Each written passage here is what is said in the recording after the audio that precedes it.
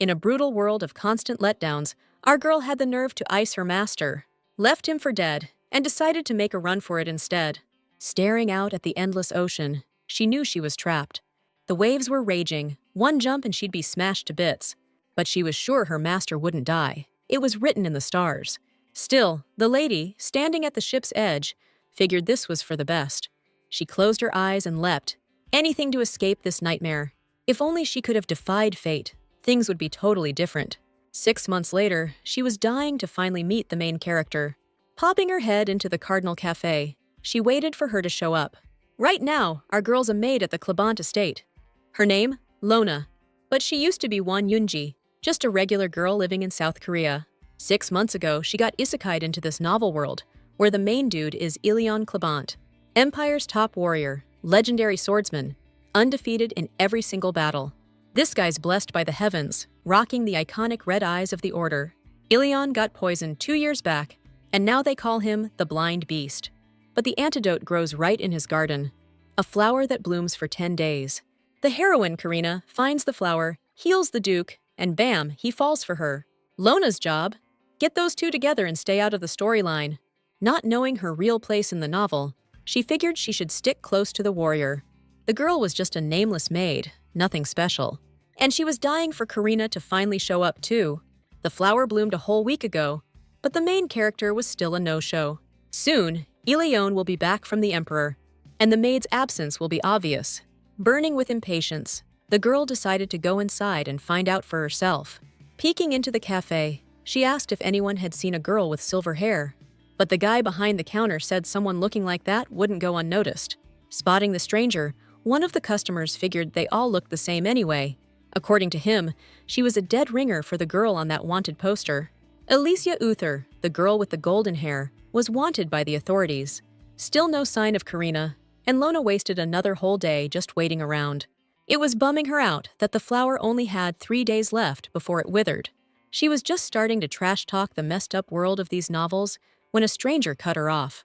Absolutely positive it was her, the dude just straight up grabbed the girl's arm. Right after him, his buddy pinned the criminal so she couldn't get away. He swore they wouldn't hurt the little one, just take her to a certain temple. Totally freaked out, the main character was trying to break free right there in front of everyone. Seeing this garbage, the brave knight just flung the rude jerk away with one move. The scared kid was stunned and blurted out that they'd found the girl first. Pulling the girl close, the generous lord said the men were way too rough with a lady. His killer glare didn't scare those guys though, and the boss just charged right at the knight. That's how they lost to the blind dude. Even without sight, Ilion wrecked them with one hand. The Duke figured that's why Lona dumped him. Still, walking around alone was risky for him. Since they weren't far from the cafe, they decided to grab some tea together. Finally, the heroine's trick worked! They might even run into Karina! At the cafe, they both ordered the same tea and chocolate.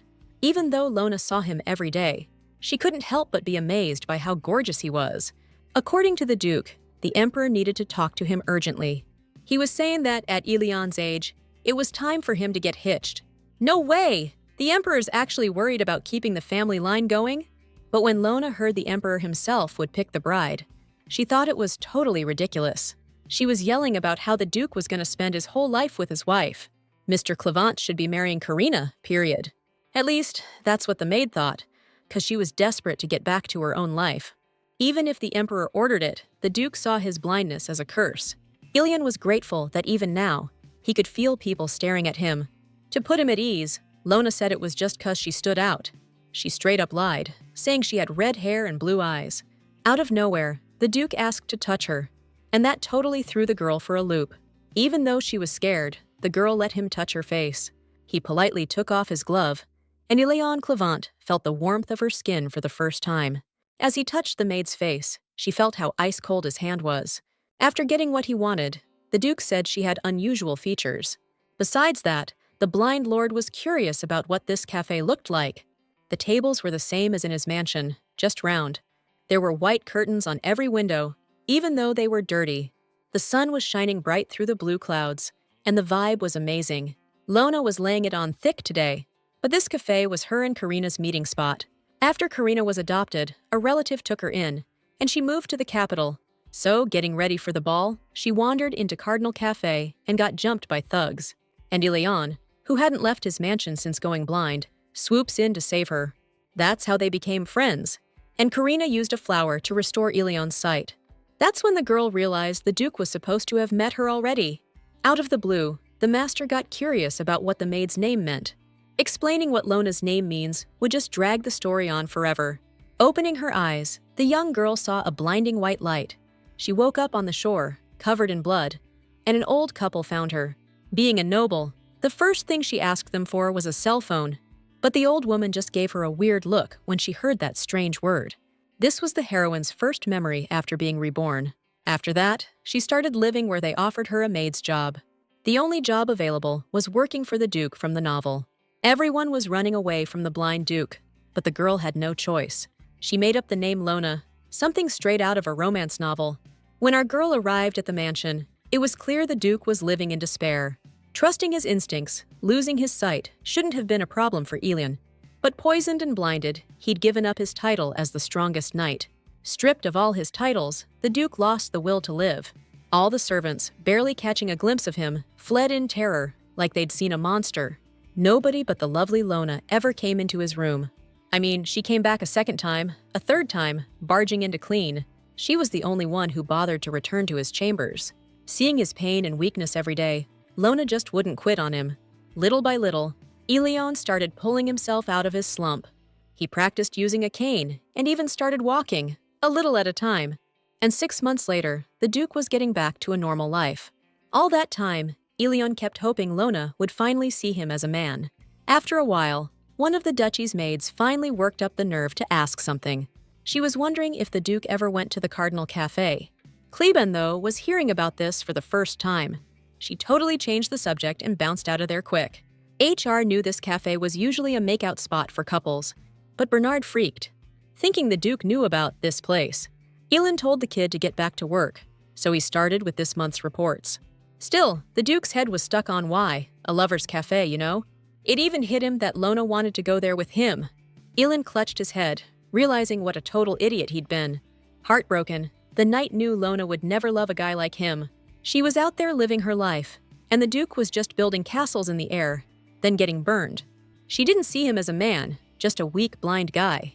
That evening, the maid called the master down for dinner. Judging by the smell, Ilion guessed it was grilled sausage. The heroine still couldn't see Karina today, so the letter went unanswered again.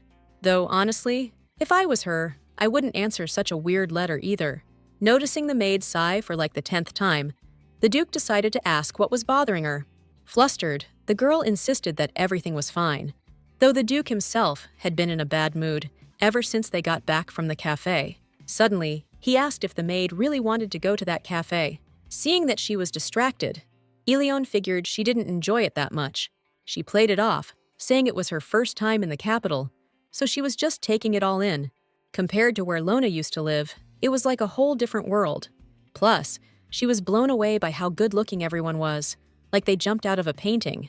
After dinner, they went for a walk under this massive moon. The girl noticed these yellow flowers blooming, huge, like the size of her hand. Lucky for them, the magic flower hadn't started to wilt yet. Lona was loving the blooming flowers. It looked incredible. The Duke was happy about it, since the maid never got out because of him. Truth is, the girl was ready to serve him with everything she had. Ilin wanted to know if there were any other places she wanted to check out. Since the young Duke's blind, Lona picked Trapple Park. She was stoked when the master suggested going tomorrow. If everything goes according to plan, they'll meet Karina as early as tomorrow. The blind Duke just realized he's got zero experience escorting a lady. He figured the park's gonna be packed with people tomorrow. Extending his hand to the maid, Ilion suggested they practice. Not wanting to draw attention, the Duke wanted everything to look natural. Only when Milady took his hand did she understand what he meant. When they walked side by side, their strides had to be the same length. But since the walk's gotta look natural, Lona suddenly stopped. She took the guy's arm, since he was taller, and took longer strides. Before long, they had a mountain of snacks ready for the outing. That was normal, considering Lona was going with a whole entourage. But everyone was surprised when the Duke decided to go with just Lona. He left the Ilion mansion in the hands of the staff manager. He didn't need a bunch of people tagging along and cramping his style. So, the maid suggested they travel separately and enjoy a picnic for two. With a heavy sigh, the guy let Bernard come with them. Soon, they arrived at a beautiful spot near the lake. It was crazy hot outside, even though it was spring. Everybody was out enjoying the weather. It was a killer day. Lona was bummed about Karina, but she knew things would be okay now. Suddenly, she spotted danger heading their way. It was some kind of monster, looked like a giant freaking wasp. One sting from that beast could knock you out cold. Afraid the master would get hurt, Lona jumped in to scare the wasp away.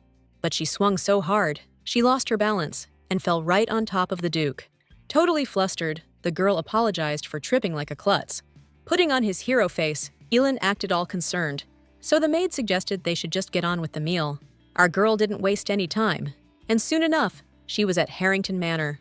She was there to have a little chat with Lady Karina.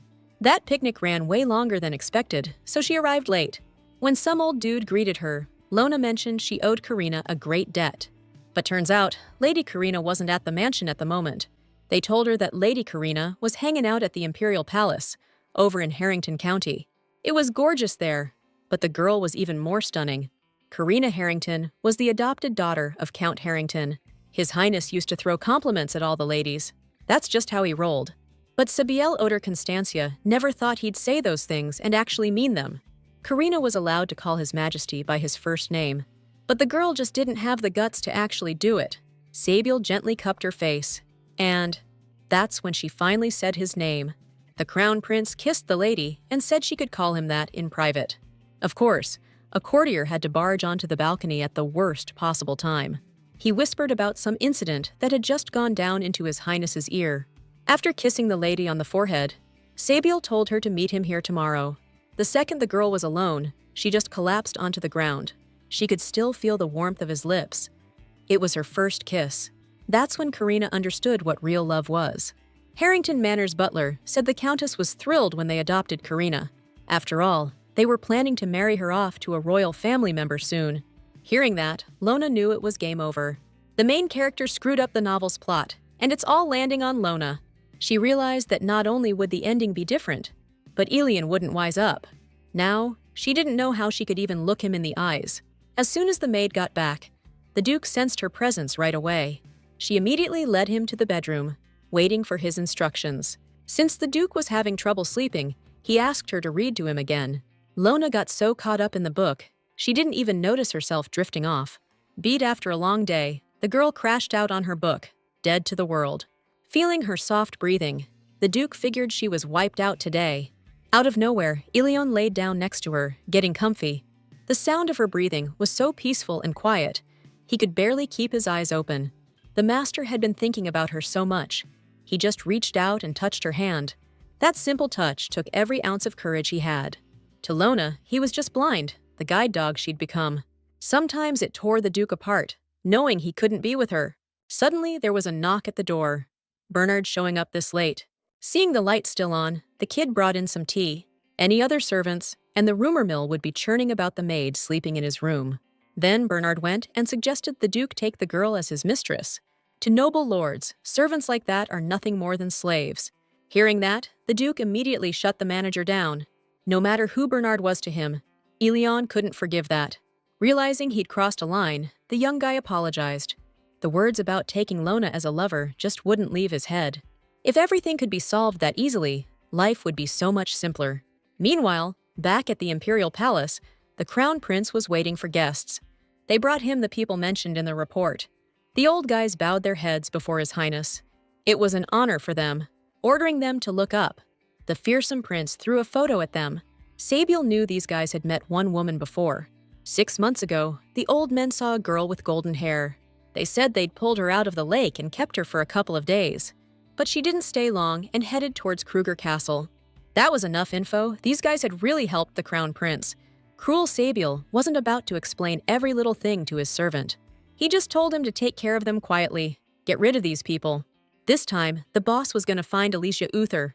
Oder was the name of Constancia's first emperor, and also a divine title. Legend says when the first emperor died, he ascended and became one of the gods. And then he declared that from then on, a child resembling him would be born in every generation. When children with red eyes were born, they were called descendants of the god Oder. But their bodies were beyond human, and they were masters of the sword. They barely aged, and they were resistant to poisons and diseases. Nobody could have imagined that Ileana, a descendant of Odor, would face such a fate. As the brutal battle raged, the Duke was threatened with death by poison. The merciless poison spread through the air, burning our main character. At one point, his red eyes began to fade, blinding him. At first, there was no doubt that Ilion would recover. He tried every medicine possible, even called in priests to heal him, but no one could restore his sight. Desperate, the knight wanted to end it all, but he couldn't die. Bernard tied him up every night so he wouldn't hurt himself. That's when rumors started that a terrifying beast howled in the Duke's mansion every night. That morning, the Duke woke up with his maid in bed. He'd barely fallen asleep last night when he had a nightmare. By that time, Lona was still fast asleep. Hearing rustling, the girl opened her eyes and didn't understand where she was. As soon as Lona saw the Duke, she jumped right out of bed. Burning with embarrassment, Lona said goodbye and tried to make a quick escape. But the Duke stopped her to ask what kind of expression she had on her face. He was thinking she was flustered, and that's why her cheeks were flushed. She was already mortified, and now he's asking questions like that? Trying to play it cool, she just stated that her cheeks were dark chocolate. The second she was out of his bedroom, she started banging her head against the wall.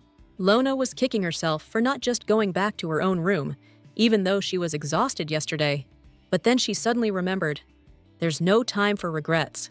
Karina's already fallen for the Crown Prince, who's the second lead in the novel.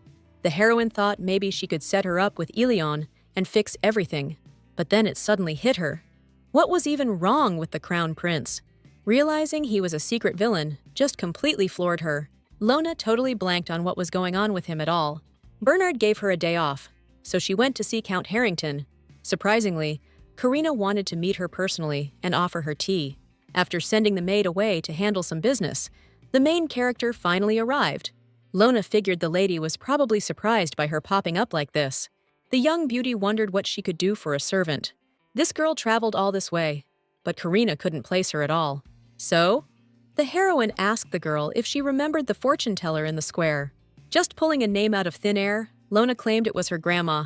Said her grandma had dementia and would often wander off. But the day before she died, she said Miss Karina gave her 3 coins. That kind lady gave away her last bit of cash and got a chance to see the future for it. The fortune teller predicted the girl would have a new life full of passionate love. Thanks to the Count's daughter's kindness, her grandma passed on with a smile. The maid said the old lady clutched those coins to her chest until her very last breath. Then, out of nowhere, she asked the lady to meet with some guy. Karina had another shot to change someone's life. Just like with the fortune teller. Thing is, because of her engagement, the lady couldn't meet him right now. Just like the fortune teller said, her fiancé was tall and dark-haired. The girl would have loved to help, but the engagement wasn't just about her. That's when she confessed she was seeing the Crown Prince. And it was totally true. The lady was head over heels for him. It wasn't a political match. Karina had fallen hard. Lona couldn't just change her feelings to benefit herself. Now she needed to figure something out with Ilion. As thanks for the hospitality, our girl decided to tell some fortunes. After the maid left, Karina was lost in thought for a long time. What the guest said was way different from the fortune she'd gotten before. When Milady first went to the palace with the Countess, that's when she met him. The Crown Prince picked up her handkerchief when she dropped it. It had her initials. Having heard about her before, Sabiel knew he could never forget such a beautiful woman. The second Karina saw him, that old woman's prediction popped into her head. Suddenly, a maid burst into the room and urgently called for Milady. Hearing the Crown Prince had arrived, Karina immediately rushed to meet him.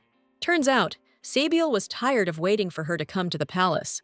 He finally met his beloved and couldn't stop himself from kissing her. The old fortune teller predicted their love child would initially be rejected by society, but Karina's kid will rule the world if she grabs everything fate throws her way. Granny told her to follow her heart. It'll lead her straight to her destiny. Remembering the prophecy, she confessed she wanted to be with the prince. After hearing that, Sabiel could never let her go. Milady decided not to let Lona's words mess with her head. The maid revealed 2 high society guys would be in Karina's life. According to her, Karina needed to defy her destiny. Still, Karina wasn't even willing to look at the prince's rival. The store Lona went to didn't have any girls with that name on their client list. Bernard said it was the only women's clothing store around. That's when the Duke realized Lona had never been here and was lying. Ilion was dying to know where that maid had gone. The aides suggested searching the area, but the Duke ordered them back. The boss noticed Lona came back late yesterday and left today, lying about it. That evening, the heroine wasn't getting home till way late. She figured if she met Karina, everything would be solved. But the fact the lady ran into Sabiel was driving her nuts. Now she had no clue what to do to fix the storyline. If this keeps up, the heroine's never getting out of this novel. Without Karina, Ilion's gonna stay blind for the rest of his life. Lona, though, didn't know squat about the flower that was the antidote. And to top it off, it started raining. It was just a straight-up awful day. The mansion was close, so the girl booked it as fast as she could. She was super surprised to see the Duke waiting at the entrance. He was soaked to the bone, but all he cared about was where Lona had been all day. Out of nowhere, Mr. Clevant scooped her up and carried her inside. Then, he told her to take a bath to warm up. It was the Duke's amazing bathtub, so she wasn't going to argue. It'd probably be a long time before she got another chance to take such a fancy bath. Lost in thought, Lona realized Ilion was really depending on her. The thought of him going blind and losing Karina on top of it was killing her, even though coming back to her own world was supposed to be her top priority. Plus, she was actually starting to like the Duke, so things were getting complicated. The next morning, a maid brought His Grace's breakfast. Today was the day that Flower was supposed to wither and die. Suddenly, the girl noticed that the Duke looked exhausted. Waving his hand dismissively, Ilion said he just couldn't sleep, too much on his mind. He decided he needed to know what Lona really thought of him. That's when the maid started gushing nonstop, just singing her boss's praises. But that's not what he meant. He was asking about his personality, who he was. Truth be told, the Duke was a remarkable guy for Milady. They say those who've always been on top have a hard time dealing with sickness. But the guy carried that burden with honor, head held high. Finally, with everything set, it was time to dig into breakfast. Before he started eating, Ilion asked where she'd been yesterday. Hearing that, Lona started getting visibly anxious. She said she was checking out a method that might bring back his sight. After those words, the Duke laughed. 'Cause there was no such thing. According to the maid, a brew from a rare plant could cure anything. She was stoked when the Duke promised to give her his old recipes. Anything Lona offered, he was ready to drink it down. Gently taking his hand, she swore she'd get his sight back. She promised she'd do anything to make it happen. Ignoring his feelings, Ilion suddenly yanked his hand away. He told her to hurry up with breakfast. He had things to do. Today, the Duke was heading into town to see the tailor. He wasn't getting new clothes for himself, but a gift for a maid. He'd heard she only had one decent outfit to wear out. After breakfast, the Grand Duke arrived at the tailor's shop. Emily, the owner, greeted him warmly in the foyer. Lord Ilion just announced he wants to order a whole bunch of dresses for this lady. He needs like 5 outfits for every single season. Lona was doing everything she could to stop his crazy shopping spree for her wardrobe. But the Duke just got even more hyped and bought up every bolt of fabric in the place. Suddenly, someone familiar caught the Lord's eye. Sabiel Oder wasn't expecting to run into the blind guy in a place like this. He was surprised to see Ilion, 'cause he figured the Duke never left his castle. With the prince's limited worldview, it wasn't exactly shocking he didn't know stuff. Hearing some commotion, Emily decided to slip away and check it out. Milady stepped out to greet the new arrivals and gave them a warm welcome. She apologized and said she was dealing with a guest who showed up early. The Crown Prince got super curious how a blind beast could tell clothes apart. He told his cousin to chill at the mansion and not overwork himself. Wouldn't want something worse than just blindness to happen, God forbid. Hearing that, the brave knight stepped up to defend his lord's offender. Sabiel had had enough, but he was still intrigued though. A guy who never cared about women showed up at a dress shop. The Crown Prince figured his cousin must have found himself a sweetheart. He was even ready to help his dear relative with the selection. Just in case, she's only after the inheritance. After those nasty words, Sabiel grabbed for the changing room curtain. To stop anything crazy from happening, the Duke stopped his hand. Those slow moves were easy for anyone to see coming. The prince, totally pissed, grabbed his cousin by the collar, ready to slug him. Not wanting to deal with the dirty rumors later, he just decided to bail. Promising to visit again soon, Sabiel told His Majesty to take care of himself. After that, the Duke's servants couldn't shut their mouths all the way home. He figured they shouldn't be bad-mouthing the prince because of him. The guys got back to the mansion just as a heavy downpour started. Another freaking storm broke loose, so Bernard decided to go get an umbrella. Lona noticed it only rained yesterday, but today is a total downpour. Lord Ilion didn't seem to be doing too hot, honestly. Out of nowhere, he leans on the maid's shoulder, says he's fine. Said the carriage floor got soaked from the rain, see? The Lord didn't mean to lean on her, just slipped is all. His Highness turned in early tonight, so the maid was off duty. Remembering the flower, the girl bolted back out into the storm. Our girl's lucky. That flower usually wilts after just one drop. The novel said it actually lasted pretty long in the garden. It rained yesterday too, so the maid was worried she was late. Figures, the flower's already starting to wilt. Its glow's fading, but it's not time to panic yet. Feeling like she owed it to Ilion, the heroine plucked the magic flower. No time to fire up the stove, she had to make an infusion. Nobody to ask for help, and the only fire going was in one room.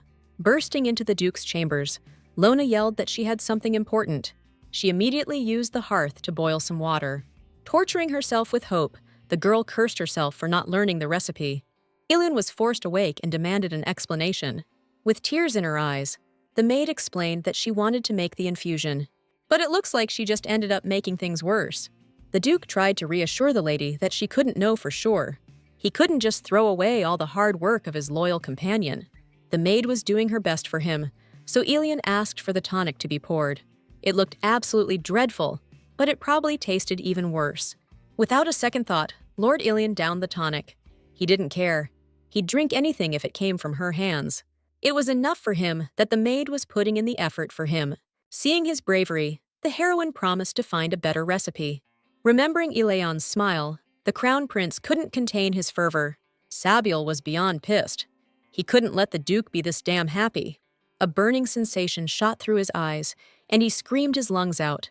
The prince had always loved his sky-blue eyes. But the true descendants of Odor? They had red eyes. So, since childhood, he was seen as trash. A kid rejected by the gods. A crown prince without scarlet eyes. A disgrace to the dynasty. An Odor descendant was born in a side branch for the first time. The day Ilion Clevant was born, Sabiel's world shook and crumbled.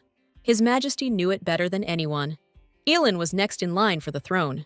People begged the emperor to adopt the kid who was crushing it at everything. In their rush to protect the empire's glory, everyone forgot about the second heir to the throne. Mom felt so bad that Sabiel was born with those cursed eyes. Now, his biggest regret was blinding his cousin back then. That evening, the prince ordered his men to find out everything about the beast's beloved. He was even curious about who this woman was, the one who wasn't supposed to be happy. Deep in the night, a scream echoed through the mansion. Confused, his loyal subjects rushed to his aid. Writhing in unbearable pain, crimson blood streamed from the Duke's eyes. Miss Lona had never seen him in such agony, and she figured it was all because of that potion. It took a while, but Bernard finally managed to calm the Duke down and get him to bed. The kid slipped him a sleeping pill, hoping the master would finally get some rest. But then, out of nowhere, he just had to talk to the maid, like it was urgent. Lona got super freaked out, but Bernard said this kind of thing happened all the time. Still, the girl had never seen anything like this before, not even close. The butler explained it all started way before she even took the job there. The master was in crazy pain after his treatments. The nickname Blind Beast wasn't just for show. Every time they tried to heal him, the Duke would scream his head off, like he was being tortured. He even tried to claw his own eyes out. That's how he got the name Blind Beast in the first place. By the time Lona got hired at the mansion, the Duke had already given up all hope. The girl had no freaking clue what she was walking into. Ilion knew there'd be consequences, but he still chugged down her potion. He trusted that maid so much. He didn't even ask what she was giving him. Bernard told her not to beat herself up. She did it for his lordship, after all. But the girl wasn't even totally sure what she'd given him. Lona was sure no one had tested this medicine, so she couldn't recall its name. Giving the master some unknown brew was just plain wrong. There was no turning back now, so Bernard just wanted to know where she'd heard about it. Lona couldn't say, 'cause nobody would believe her. She started looking more and more suspicious in Bernard's eyes. Right now, it looked like the maid was trying to screw him over on purpose. Bernard decided he needed to talk to the Duke about what to do with the girl. Until then, she was ordered to stay away from the master. Lona felt stupid for not talking to anyone about the recipe. Obviously, Lona raised some red flags. She knew there was a chance he was suffering from more than just the medicine. The girl wandered the halls, and out of habit, ended up at Ilion's room.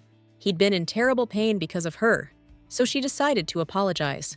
As soon as she called out to the Duke, he told her to come in. She said she was under suspicion, so it was better if she didn't go inside. Through the narrow crack, Lona apologized for what the Duke had to go through. I gotta be honest, Ilion figured she'd bolt, just like the rest of them. If only this girl was the main character, she could help him see again. Out of nowhere, the master promised to make her the lady of the house if the potion worked. But the girl immediately ran, and Ilion just cracked a smile. He still had the strength to smile, even in the middle of all this agony. For the first time, he felt hope and was putting all his faith in Lona. The next morning, Karina rushed to the Earl's estate in a panic, looking for answers. When she showed up, the maid said the master was busy all day yesterday. Surprisingly, the lady seemed really off. When she found out the prince hadn't even sent a note, Karina flew into a rage and collapsed. She couldn't believe the man she loved did this to her. Sabiel had been ghosting her for 4 days after they spent the night together. The maid tried to help her up, but she ordered her to get the carriage ready. Karina Harrington decided to go to the Duke's palace right away. The Duke's palace was so understaffed. The prince's men couldn't plant anyone. Sabiel took all his anger out on a servant, not wanting to know these details. But they managed to find out one of the maids was Lorena Hara. The prince seriously considered this woman, whose identity was unknown. Lorena didn't have any documents, not even the kind commoners have. This intriguing concubine told Sabiel a lot about the Duke's tastes. This girl knew how to play the game. Weird the prince didn't catch on back then. Out of the blue, the king ordered Lorena to be brought straight to his palace. He was itching to see the look on Ilion's face when his favorite toy got snatched away. Just then, the crown prince got word that Lady Karina was requesting an audience. He couldn't for the life of him picture the Earl of Harrington's daughter's face. So Sabiel told the servant to turn her down, using his name. After that, he kicked everyone out, needed some alone time. Lorena Hara was a knockout with blonde hair and violet eyes. It was fuzzy, but the crown prince thought he kinda remembered features like that. He was seriously looking forward to meeting Lorena. So, it turned out Duke Ilion had some messed up health thing going on. Bernard noticed his attacks were lasting way longer this time. 6 days of seizures. That was totally off the charts. Lona freaked, thinking she'd screwed up the potion or something. The Duke, through Bernard, asked the maid to grab chocolate from Cardinal Cafe. Hearing that, the girl bolted to get the chocolate ASAP, but she immediately came back yelling for Lord Ilion to hang in there a sec. Truth was, the Duke just wanted her gone, so she wouldn't see him like that. Lona rushed into the cafe and ordered a bar of chocolate. Out of the corner of her eye, she spotted a weird woman in a white robe. Girl was stoked the Duke might actually eat chocolate for once this whole week. If Ilion doesn't bounce back, she's never getting back to her own world. After waiting a couple minutes, the order was finally ready. The maid needed to hurry back. The Duke was already expecting her. As she left the cafe, some weird woman started tailing her right away. Out of nowhere, the stranger grabbed her arm, trying to stop her. Lona held her breath, her heart going a mile a minute with anxiety. Just then, the girl pulled down her hood, and it was Iris underneath. Except she'd never seen Iris with red hair before. She figured the stranger must have known the previous owner of her body. Iris stood there, tears streaming down her face, not understanding how the lady could forget her. Lona didn't recognize her, but the girl looked so upset, she couldn't just walk away. Iris burst into tears right in front of her, and just then, 2 more people approached. Seeing the maid, the 2 young men pulled back their white hoods, stunned at what they saw. These strange people saw Lady Elisée in this girl. Hadusha is the main temple sanctuary, located in the capital city. It's a place where they train priests who can hear the voice of God. According to Hadusha's teachings, what they hear is the voice of the true God. And only those who can do that become true priests. You can't get a position like that through connections or money. Then one day, this candidate showed up, gunning for the high priestess spot. This was Alicia Uther, the real deal, a diamond from the Duke Uther's noble family. She joined the Hadusha temple at 3 years old and was already leading hundreds of followers. Her beauty was blinding, sure, but she was valued for way more than just that. Because she was so in tune with the divine, everyone who heard her prayers instantly confessed their sins. The girl only followed them because it seemed like they knew her. But somehow, she managed to attract this whole freaking crowd. Lona figured they had her mixed up with someone else and decided to just bail. But Iris swore up and down that he couldn't mistake her for anyone. The priest's holy power was telling him, without a doubt, that it was her. But according to our girl, that wasn't something to rely on. Trying to throw these guys off, Lona suddenly pointed at something unbelievable. Iris felt terrible that the High Priestess couldn't remember anything. She promised to do everything she could to get her memory back. Ilion was already waiting, so our girl suggested they talk about it tomorrow. Elysia leaving was a shock to everyone. She belonged with them. Suddenly, the doors burst open, and a white-haired lady walked into the temple. The woman, who looked freakishly like Lona, couldn't believe her eyes. Seeing the girl calmed her heart, and she pulled her into a hug. The lady had thought she'd lost her baby all this time. Tears streamed down her face, just imagining where the girl could be. They told her at the temple that Elysia had lost her memory, but the woman was praying the girl would at least recognize her mother. Looks like our heroine definitely knew her. Lorena always wondered what kind of past the owner of this body had. If she can't get back to her own world, having family here would be way better. If that maid hangs around any longer, all the chocolate's gonna melt. Lona felt guilty towards her heroine, but she had to get back. Suddenly, she just blurted out, asking if they could prove she was Elysia. Meanwhile, Duke Ilion finally woke up after a rough night. He hadn't felt pain like this in ages, thought he was gonna kick the bucket. The master called out for Bernard right away, and the kid bolted into the bedroom. He hadn't had attacks this bad since he started taking the Duke's medicine. Gillen figured it was because he was so desperate to take it. But right now, knowing if the maid was back was way more important. A flustered Bernard barely managed to say that Lona still wasn't there. Just like the Duke suspected, the girl was deliberately taking her time. He ordered 3 guys to search the whole area for the maid. Nobody could even imagine how lonely the blind beast really was. For a long time, his soft bed had been his escape from all the madness. He spent his time in there writhing in pain, drowning in loneliness. He wanted to keep Lorena away, but he missed her caring so damn much. Back then, Duke Clevant would have seen pity and care as an insult. He didn't get that that's how people actually show they give a damn. But the guy never thought he'd be someone who needed support. More than anything, he just wanted his Lorena to get back ASAP. Soon the sun dipped behind the mountains, and sunset fell over Hadusha. By then, the heroine still hadn't escaped, and the priestesses led her inside. Checking out the halls of the ancient temple, Lona was totally lost. Since she needed proof, Iris told her to follow along. She also told the girl to strip for a sec.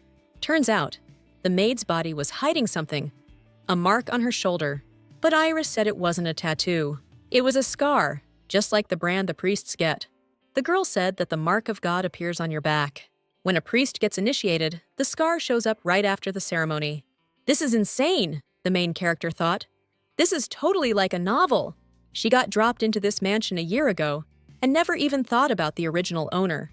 Alicia's family was looking at her with so much hope, like she'd remember something. That's when Lona realized the real Elysia was dead, and she'd taken over her body. Plus, she hadn't heard the voice of God either. The maid decided to ask if the priestess had heard God's voice. Of course, Iris talks to God. Otherwise, she wouldn't be in the Hadusha temple. If this were the real Elysia, she'd hear it too. But that's not the case.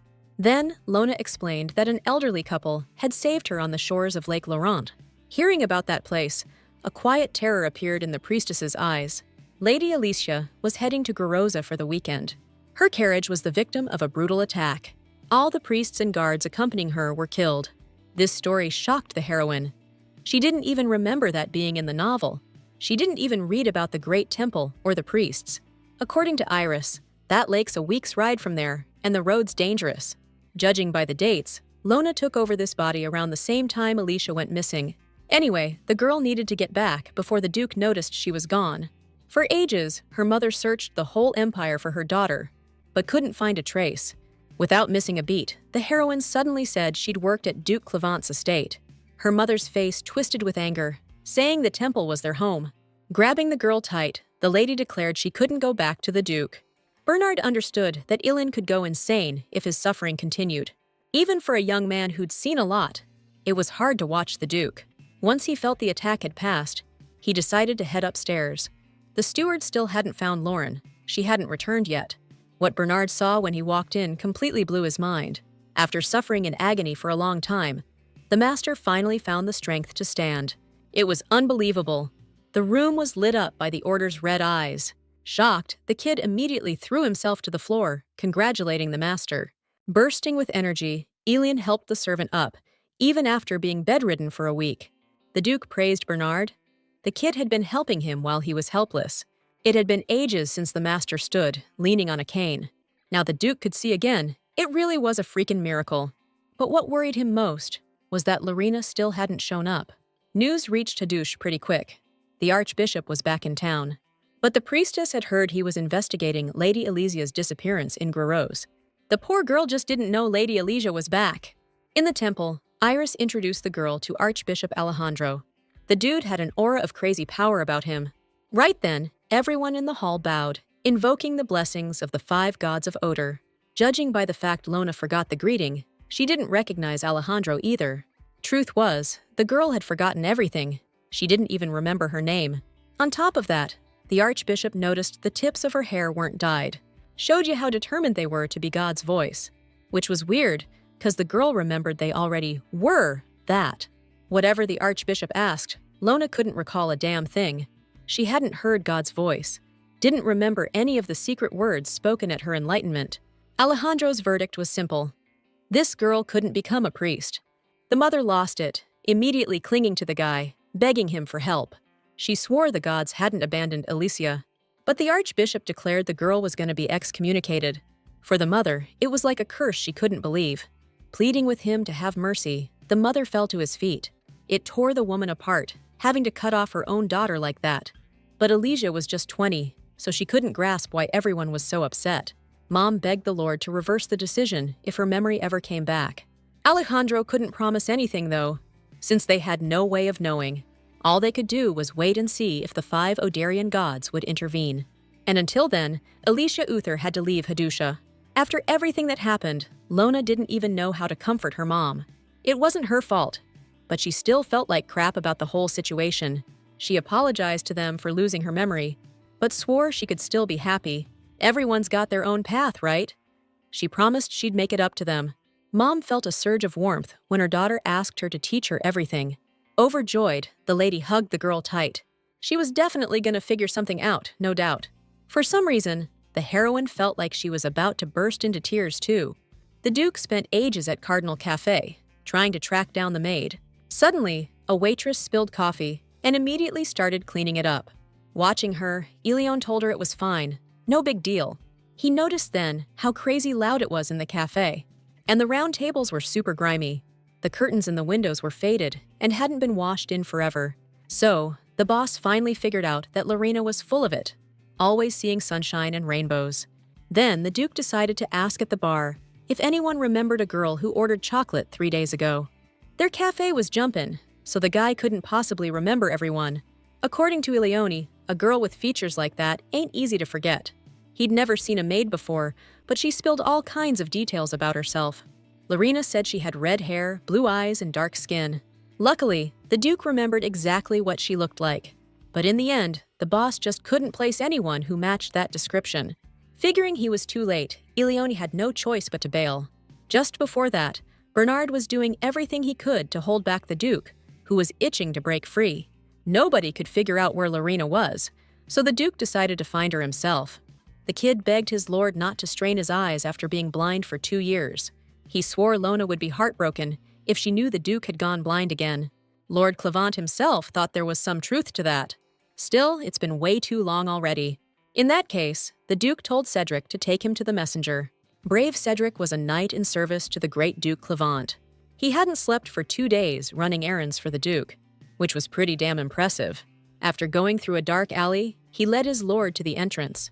Then, the heroes went down into a basement, where there was a big bar. Spotting a guy at the bar, the Duke said he was looking for someone. If this person was in the capital, the reward was 100 gold. But the client would have to pay extra for anyone else. Without hesitating, Ilion slammed 1,000 gold on the table. His target was Lorena Hara, with red hair and blue eyes. Leaving everything to the guild, the Duke said goodbye and took off. But that wasn't the end of it. Our hero had another job to do. Things were tense at the Count's castle after the maid vanished. Sabiel got some seriously messed up news. Lorena had disappeared without a trace. According to a servant, scouts searched the entire servants' wing, but she wasn't there. So the Count figured she might be hanging out in Ilion's chambers. But the servant knew for a fact that Lorena and him weren't sharing a bed. Sabiel thought it was weird that the Duke was buying clothes for someone he wasn't even hooking up with. That's when Ilion grabbed the Count's arm, real hard in the fitting room. It all clicked right then.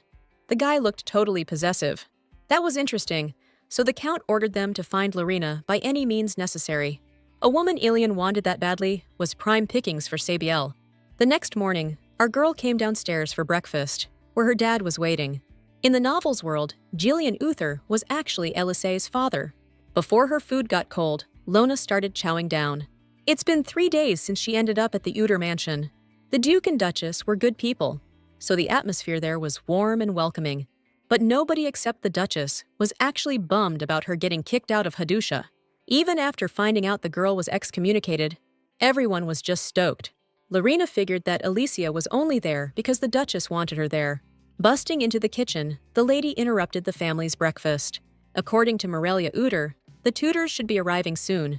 Milady was always hoping she'd find a job, and school would be in the rearview mirror. As she was casually heading to meet her teacher, a maid suddenly called out to her. Lori managed to find out that the Duke had gotten his eyesight back. The heroine couldn't believe it was finally over. The maid also found out the estate was hiring new servants. After hearing that, a weight lifted off Lona's shoulders. It was a huge relief to her that the Duke could see again. The girl vanished so quickly, and suddenly, Ilion could have freaked out. But she reassured herself someone like him wouldn't need to look for someone like her. And yet, Lorena wished she could see Ilion one more time, seeing, with his beautiful eyes. She reminded him of when he was blind, and nobody wants that. If they ever ran into each other, it was better he didn't know what she looked like. The heroine could live like Lorena never existed. That's when she decided Lorena had to disappear. From that moment on, she chose to be Alicia Uther. After 3 days of waiting, Karina was still racking her brain on how to find this Lorena.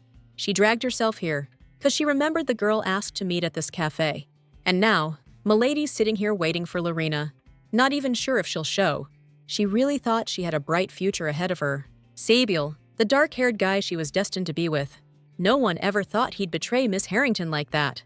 All the nobles valued a bride's innocence, and Karina fell for his smooth talk. Now she has no idea what the Earl and Countess of Harrington are gonna think of her. Lorena was right. There was no turning back. Man, was it loud in there! This cafe really was a dump. The customers, the food, everything. The whole place was just filthy. But even in that chaos, the guy spotted a total knockout. Karina said she was waiting for a friend, but this dude wasn't buying it. Trying to ditch this ogre, she started yelling and told him to get lost. This creep was trying to be nice because she had a cute face. But Miss Priss asked for it, and now he wasn't letting her go. Surrounded by a bunch of people who didn't give a damn, Karina was helpless.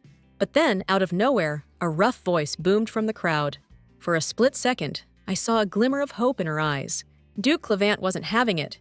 He said you can't treat a lady like that. The kid started backpedaling, trying to blame the whole thing on her, saying it wasn't like that at all. Step by step, the Duke made it clear. Her word was law. Unable to handle the heat, the cowardly punk bolted. But right now, Ilione only cared about the scared girl. Gazing at her rescuer, Karina felt like she was being reborn.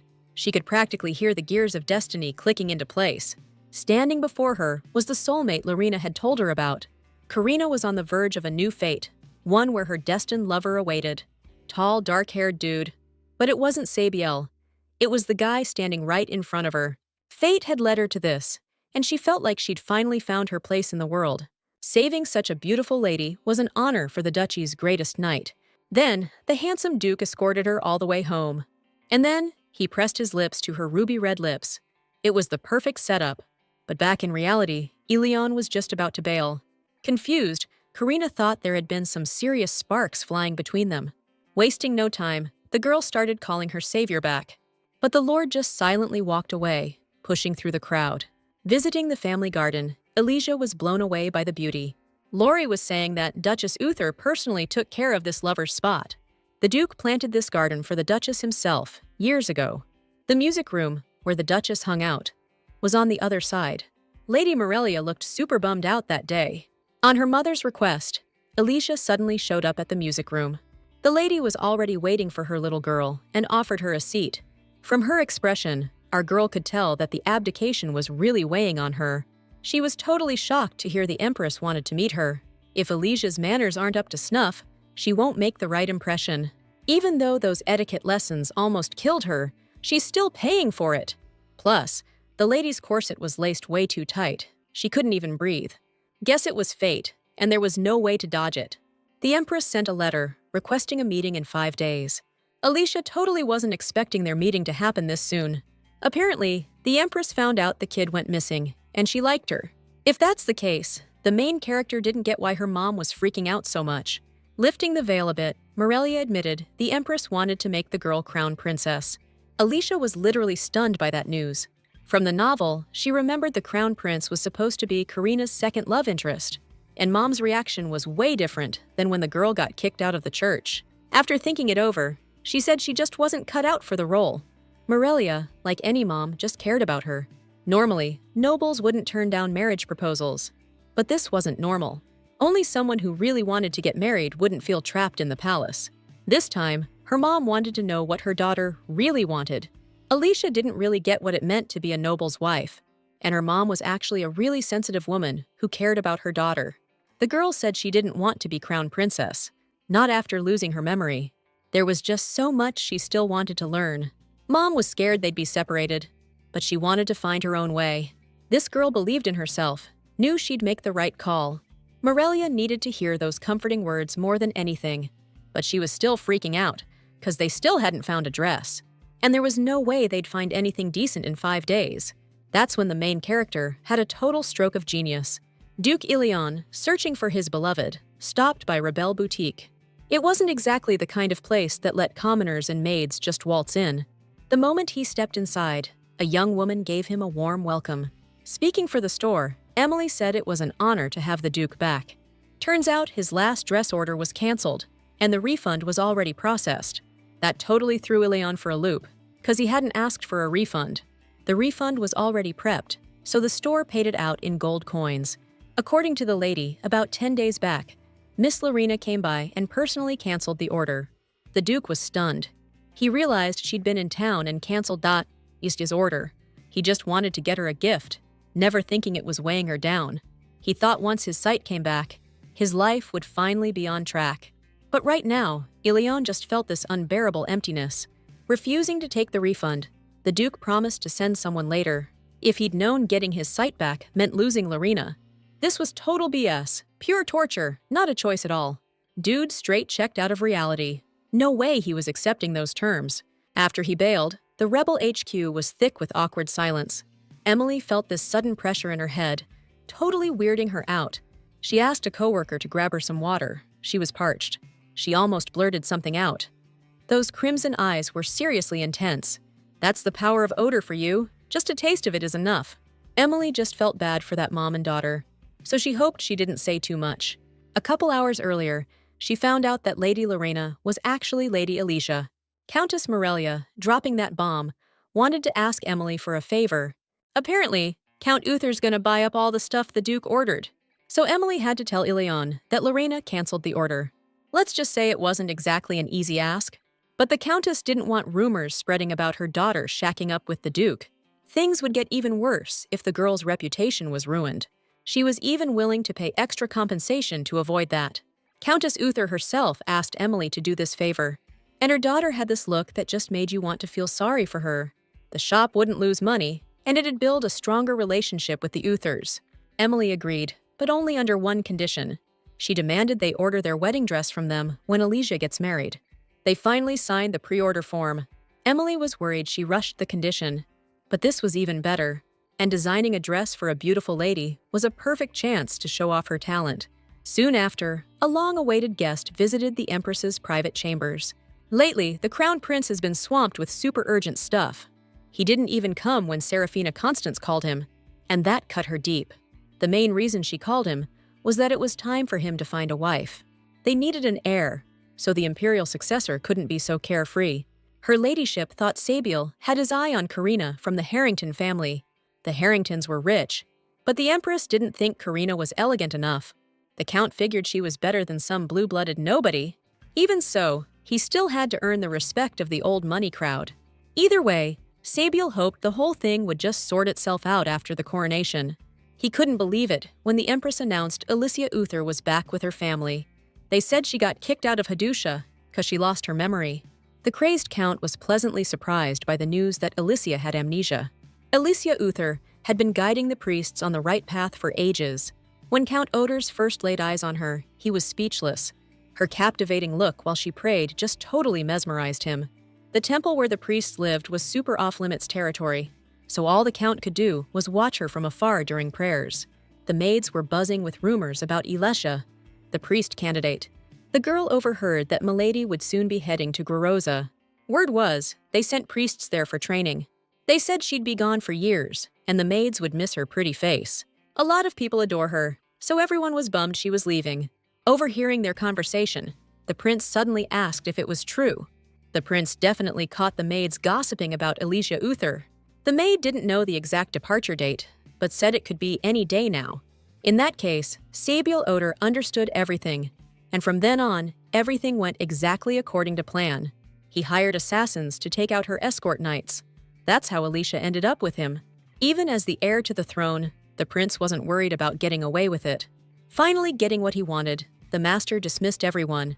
He made it clear to the girl that she shouldn't even think about trying to escape in her situation. Sabiel didn't want to resort to this, but it was the only shot he had at meeting her. Even now, seeing her scared, he still thought she was beautiful. Roughly grabbing her hair, the master began to hate her. With a sudden move, he brutally hacked off a chunk of her hair. Honestly, he'd always been annoyed by the color of it. Considering himself godlike, Sabiel was, after all, the heir to Oder. They were alone, and the Count promised the lady wouldn't get hurt as long as she was a good girl. Poor Alicia froze, paralyzed by fear, and stopped breathing for a second. Realizing the knife threat was a total cliché, the Count tossed the weapon aside. The horny bastard wanted the lady not to be afraid of him. It would all be over soon. In that instant, the brave girl shoved him away and reached for the knife. Panicked, Sabiel chased after her immediately, but Alicia managed to dodge. Determined, the strong lady grabbed the knife and stabbed him with all her might. The Count writhed in pain, bright red blood splattering everywhere. Without wasting a moment, the heroine left him to die and ran away. The woman everyone thought had drowned was actually alive. And on top of that, she lost her memory, which was perfect for the Count. Now he's made this totally spur-of-the-moment decision to marry her. Elin returning to the palace was a freaking miracle. Marcus Oder Constantia was worried sick that the kid hadn't shown up sooner. He didn't expect to be the last to find out his nephew got his sight back. Whatever, it's not like it matters now, so Marcus needed to know where Sabiel was. According to the Countess, the Crown Prince couldn't make it because of important stuff. But now the Guardian of the Empire's finally back in action. Right now, all Ilion wants is for the past to stay buried. For his service on the battlefield, the ruler promised to reward the brave knight handsomely. So the Duke actually asked him for permission to get married. The mistress couldn't believe the kid had already found a wife. But it was true, and Ilion wanted to make sure His Majesty was cool with it. The Duke even asked him to put his approval in writing. Serafina didn't get why he needed all these conditions, like the guy was a slave. His choice of a commoner, someone totally unfit to be a duchess, actually worked in her favor. Black hair and crimson eyes, that's what Ilion inherited. Eye color that threatened her son Sabiel's future. Lady Constance was so happy when the Duke lost his sight. The ruler kept his promise and signed the document. This decree was the Duke's one and only shot. It meant Ilion could marry Larina, the ultimate prize. He realized now Bernard was handling things, so no help was coming from him. He and Cedric checked every possible location, but found zero trace. The Duke couldn't just run around asking questions himself, but something was bugging him. Walking down the hall, Elin bumped into two ladies. After all this time, the heroine saw the Duke with his sight for the first time. They were practically strangers now, so the master just walked on by. Alicia was super happy that the Duke got his vision back. She really wanted to see Ilion open his eyes herself. But now, even a fleeting glimpse of him made her happy. Still, she wondered who was making sure he looked so damn perfect. Maybe the butler, or he hired a maid or something. Then again, now that he can see, he could clean himself up. The future she'd prayed for 1,000 times was now messing with her head. It felt kinda weird to realize the Duke didn't need Larina anymore. Now that Ilion's got his sight back, she had zero reason to stick around. It was like the world itself was dumping her where she wasn't needed. Before long, they finally arrived for their audience with the Emperor and Empress. Serafina was always there for Alicia's hours-long prayer sessions. She didn't realize amnesia would be such a pain in the ass. The girl even forgot basic manners, so she had to relearn everything. Lady Morelia mentioned she was planning to throw a ball this year. Hearing that, the Empress suggested moving it up to next week. Thanking her for the thought, Morelia said there wasn't much time left. His Majesty granted Lady Karina permission to host her debutante ball. To get Lady Alicia involved too, the Empress proposed this idea. After their meeting, the girl worried she'd been spouting total nonsense. Suddenly, a maid relayed that the Empress wanted to talk to Countess Uther. Lady Alicia's relaxation spot had already been set up in the garden. The palace garden was huge, but Clevant's garden felt way prettier. All thanks to that surprise run-in with the Duke. This girl couldn't stop thinking about Eleone, and it was driving her nuts. Feeling totally unwanted, the heroine just didn't know what to do with herself. She was so lost in thought that she tripped and almost ate dirt. The Duke caught her so fast, like he'd been waiting for her to fall.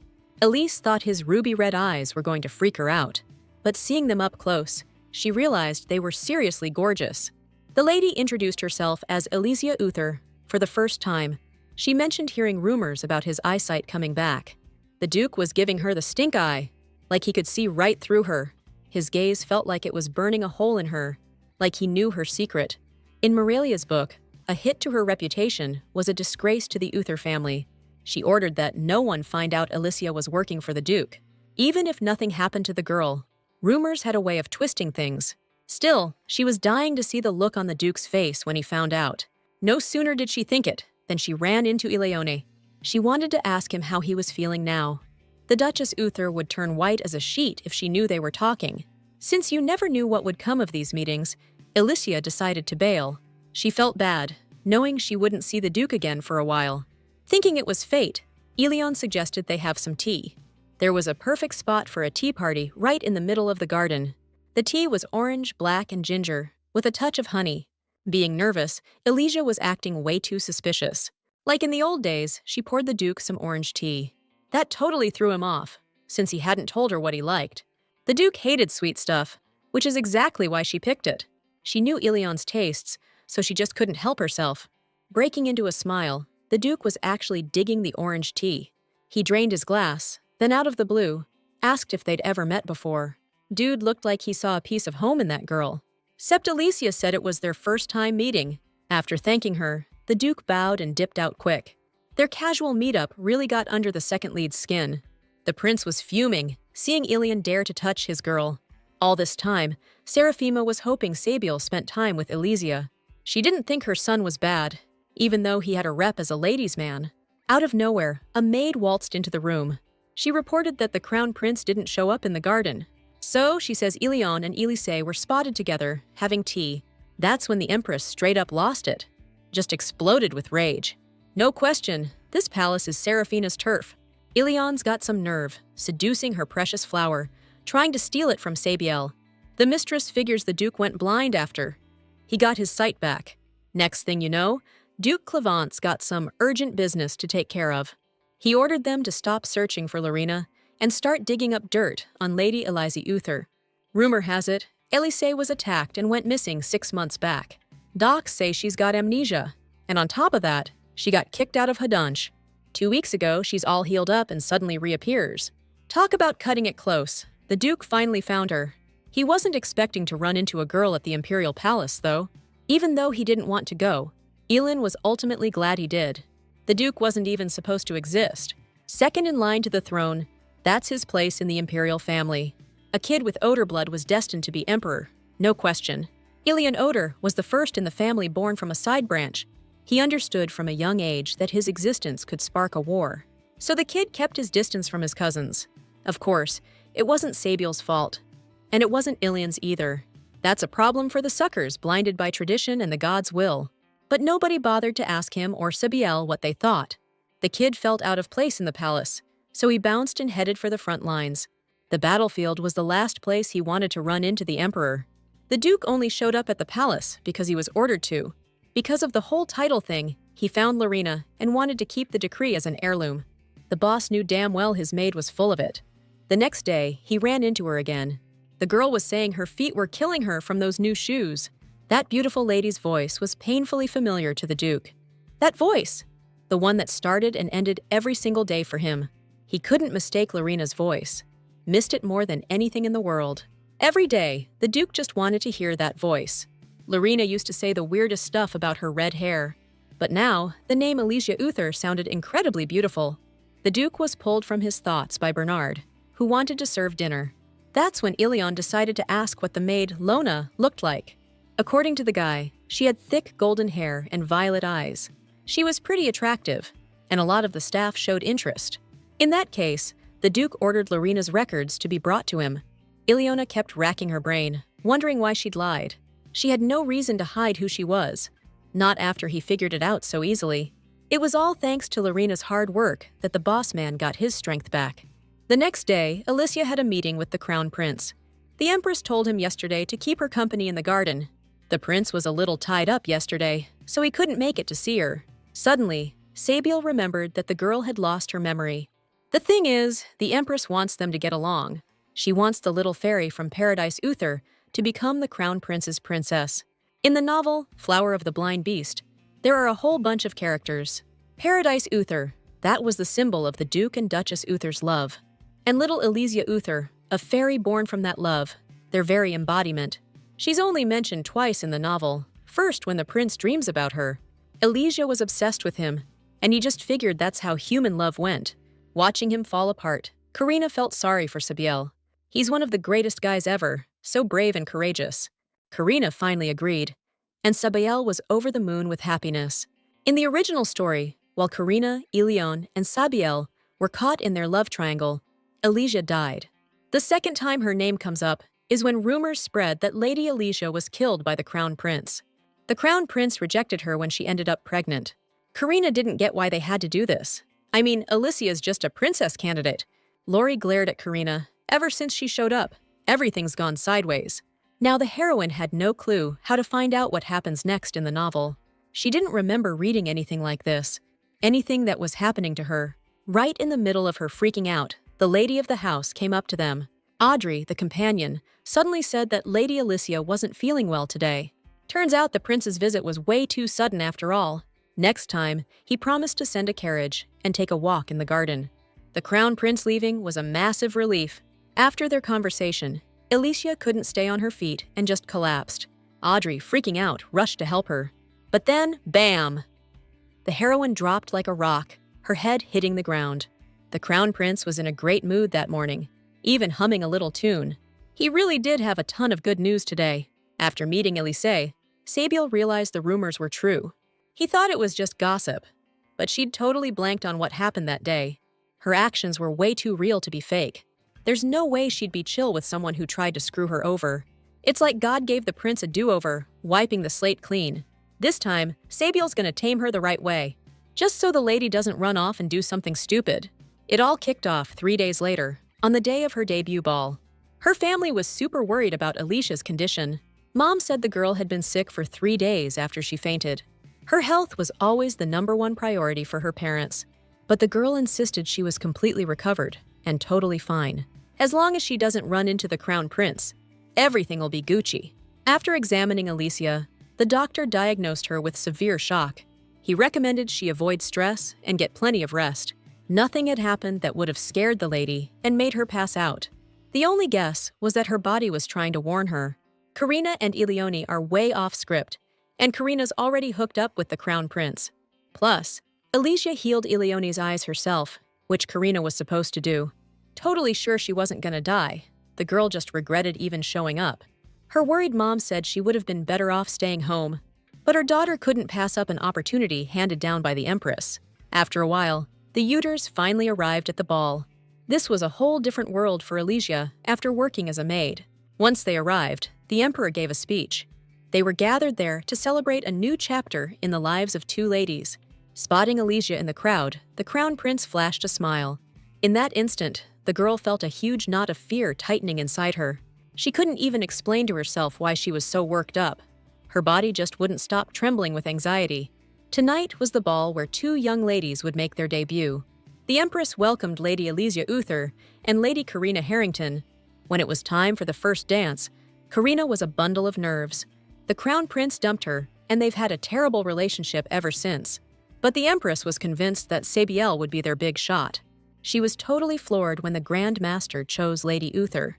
The air was a total knockout. All eyes were glued on him. When his Grace Duke Clevant showed up at the ball, he was irresistible. He wasn't banned or anything, but the Empress wasn't expecting him. Like Ilion said, he saw the invite and figured he'd come. Little did he know he'd walk in on such an interesting show. Alicia's first dance was promised to Sabiel. Even so, the Duke gently took the hand of the lady who belonged to him. Finally seeing the gorgeous beauty, he asked her for a dance. Permission be damned! The Duke pulled the lady to the center of the room. Alicia's first dance was with Ilione. The thought sent shivers down her spine. But the girl jumped at the chance. This was the young heroine's first dance ever. A real honor for Ilion. The hero's dance was electric, beautiful, a true connection. It spoke volumes, saying everything they couldn't put into words. The Duke was a smooth dancer, always adjusting to his lady's steps. Just when Alicia was getting the hang of it, the music stopped. Dancing with the same partner twice? Totally against the rules, but Ilion felt this pull, and he wasn't letting her go anywhere. They were one, their touches filled with a warmth that was undeniable. According to the Duke, she'd broken the rules the second she applied anyway. The dance made her heart pound, and everyone was staring at them. Alicia didn't want it to end. The dance could have gone on forever. The heroine had spent 6 months in this world as Lorena, always with Ilion. She considered the Duke's mansion her home. She had nowhere else to go, and Ilion Clebant was the only one who needed her. The girl thought having a family would make life in this new world stable. But really, she was learning to be someone she didn't even know. The heroine felt so much better when she was around the Duke. Now Ilion could see clearly again and was doing okay. But he said the butler was so freaked out that he locked him up for 3 days. It was kind of funny. The Duke looked like the type who always gets his way. Then he mentioned he'd been searching for a certain woman. She'd be freaking out if she knew he was running around after surgery.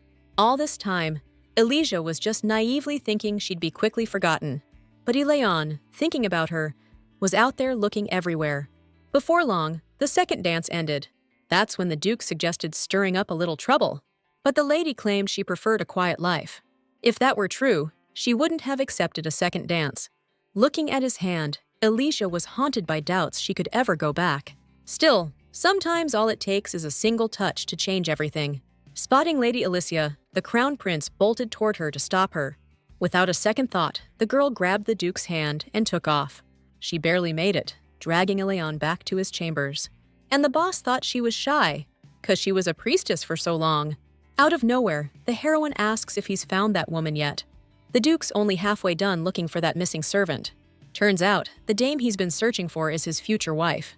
Like always, the girl couldn't handle the conversation and bailed.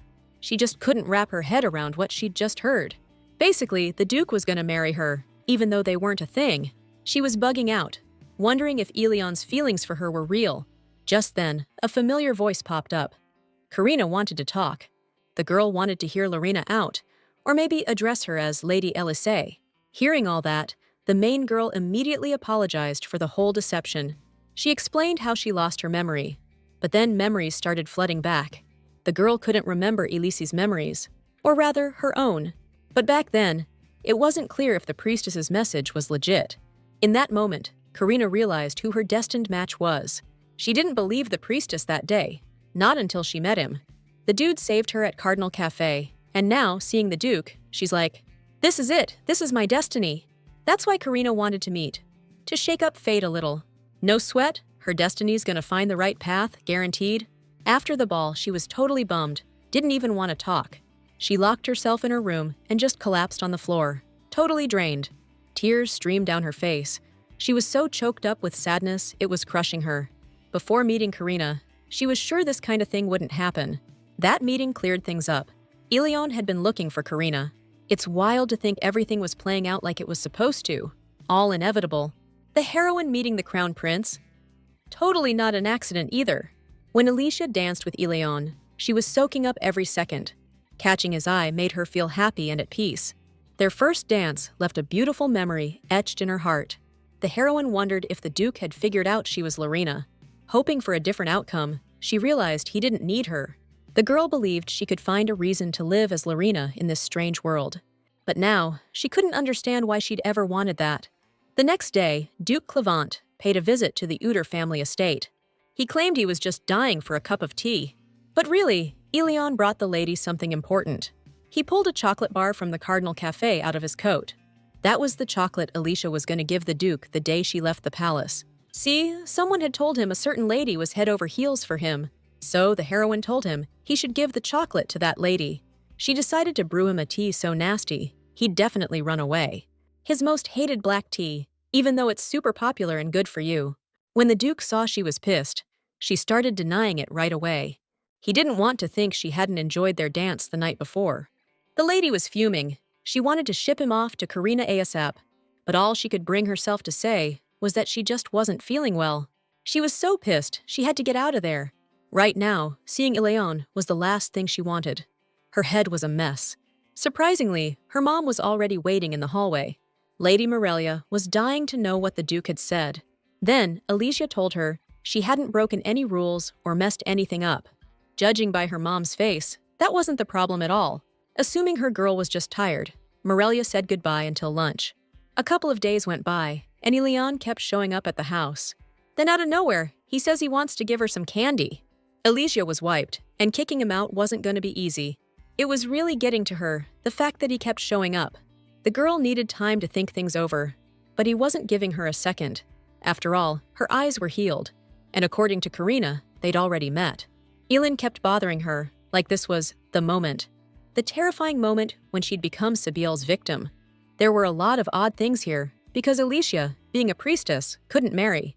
But in the original story, she became the crown prince's fiancée and even got pregnant. A lot of things didn't make sense, but one thing was clear. If Alicia died according to the plot, she'd just become a stepping stone for the hero. But if Elion and Karina fell in love, the heroine could go back to her own world. She had to stop playing the victim in this whole love triangle mess. Girl needs to think of this like a book and not take the Duke's actions personally. Seeing how this all ends was now her main objective. The next morning, Lady Elise had another visitor show up at the estate. She had a hunch who it was, but the maid insisted she was wrong. Turns out, it was Miss Karina from the Earl of Harrington's family. The girl had heard Duke Clevant had been visiting the estate for days, and like Karina said before, she wants to get closer to the Duke. Then, Elise realized this whole charade was the reason the Duke was coming around. He wanted her to help him get closer to Karina. The heroine agreed to help, which Karina was totally stoked about. Then, at the debutante ball, Miss Harrington accused the lady of cheating and thought it was a real low blow. The girls agreed to bury the hatchet if Alicia helped Karina out. The vibe in the garden instantly got warmer. It was like something out of the main character's novel. Even the heroine could see it, and it was the perfect moment for them to bond. The girl had been putting off this plot twist for way too long. Her goal was to help Karina and Elione get together, so she could see how it all ends. As the sun set, the guest left, and it was the perfect time to get this show on the road. Alicia was sure that everything else would fall into place. After that meeting, the main girl ran into her mom again, and she was all worked up. Mom was bugging out, cause Karina showed up with no good reason. It was all kinda sus, and Morelia wanted to know what they were yakking about. She spilled the tea to Audrey, who said the Duke was head over heels for Alicia. And the girl was thinking, like, Mom should just step aside, you know? Duke Clevan was the Empire's top bachelor, but Morelia just couldn't deal. Acting totally crazy, she didn't see their marriage ending well at all. Thinking Alicia was sickly, Mom declared it was too soon for her to get hitched. Audrey pointed out that no proposals had come in for Alicia since her debut. Hoping the Countess would make the right call, she said her goodbyes. Morelia was furious. She wasn't about to let anything happen with the Duke. She still believed it wasn't too late, that there were other options. So the next time the Duke came around, Alicia decided to introduce him to someone. The tension was thick in that love triangle, man. Suddenly, Lori showed up, and our girl decided her mom needed her, like ASAP. She told them she had to bounce, leaving the lovebirds alone.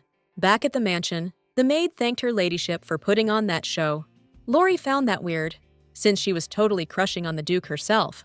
Alicia's reasoning? Those two looked perfect together. That's when Karina revealed it was Alicia who set them up in the first place. The Duke helped her out before, and now she wanted to return the favor. Ilion barely remembered it, and didn't think much of it anyway. As thanks, Karina invited him to dinner, but he turned her down flat. The dude was hoping he could finally get through to Lorena about his feelings. That's why he just couldn't stick around. He just bailed. It was so awkward. Karina was just left standing there alone. Late that night, Marilia was running late to the meetup. She had to be careful they didn't spot her wig. Robin and Echo were waiting at the main gate, but she was ready. The guys demanded an explanation for showing up so late as she came in. Mariella said she was at the funeral. Once they let her through, she bolted straight to the heart of Hadusha. They told her she had to get out of there within the hour. Soon, it was time for her to approach the sacred scripture. The sacred book opened, and the girl spoke the code word. This place was straight out of the Flower of the Blind Beast book. Mariella's gut was screaming at her to hurry. She absolutely had to find a way to save her daughter. This was a specially prepped carriage. It was supposed to take the lady to the Uther mansion. The Wanderer, watching her, saw how hard she tried. But he knew nothing good would ever happen to her. Even when Alicia was terrified, she still looked gorgeous. Deep in the darkness, she was all alone with that monster. She had to crush her fears to escape the prince's clutches. The memories of her being trapped were seriously messed up. If only she could break free from this miserable existence. Sacrificing her life, she begged for another chance. The horrific images in her head stopped, and Alicia woke up in a cold sweat. Shaking with fear, she told herself it was just a dream. Even though it was just a dream, she felt uneasy. Maybe it was a memory from the real Elise who made that choice. That morning, Lori showed up with news. The guests were early, and all three were waiting for her.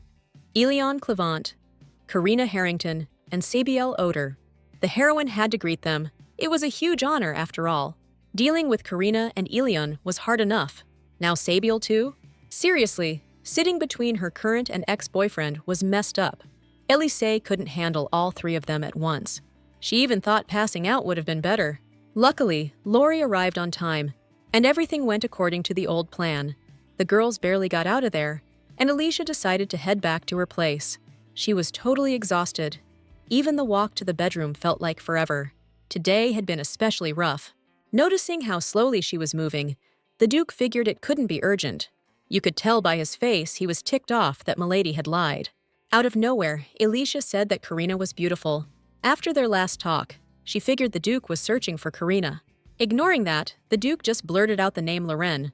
That was the name of the girl he was actually looking for. Ilion hoped that would be enough for Milady to get the picture. The very thought of the Duke wanting to marry her made the heroine shrink inside. Karina was completely stunned by what she'd just heard. She couldn't figure out why Lady Alicia was acting like she wasn't Lorena. Karina had no clue who she was or what any of this meant. Hearing that Alicia was actually Lorena, the prince peeked out from the bushes. Karina immediately tried to leave, but the master grabbed her arm. Just because Sabiel rejected her didn't mean she could be with Elion. If Miss Harrington was trying to get attention, she definitely succeeded. Now the crown prince himself promised to summon the girl to the palace. After that, Sabiel rushed back to the mansion. Before leaving, he ordered a servant to get him an animal cage. It'd be used a lot in the room, so he asked for a small one. Then this guy shows up, reaching out for the prince's catch. The next morning, Lady Morelia totally loses it. Hearing the commotion early on, Alicia knew something was up. According to Lori, the crown prince sent a letter, inviting her to the palace. And when the lady saw the letter, she freaked, like she wasn't supposed to see it. If Alicia goes to the palace, everything will play out like in the original story. But the girl knew that the letter wasn't the reason for the tears. It felt like her mom was hiding something. Time kept ticking, and the Duke? He showed up every single day. Alicia was convinced that fate was already set in stone. And her words? They just fueled the Duke's confidence even more. The guy was sure he was destined to meet her, no doubt about it.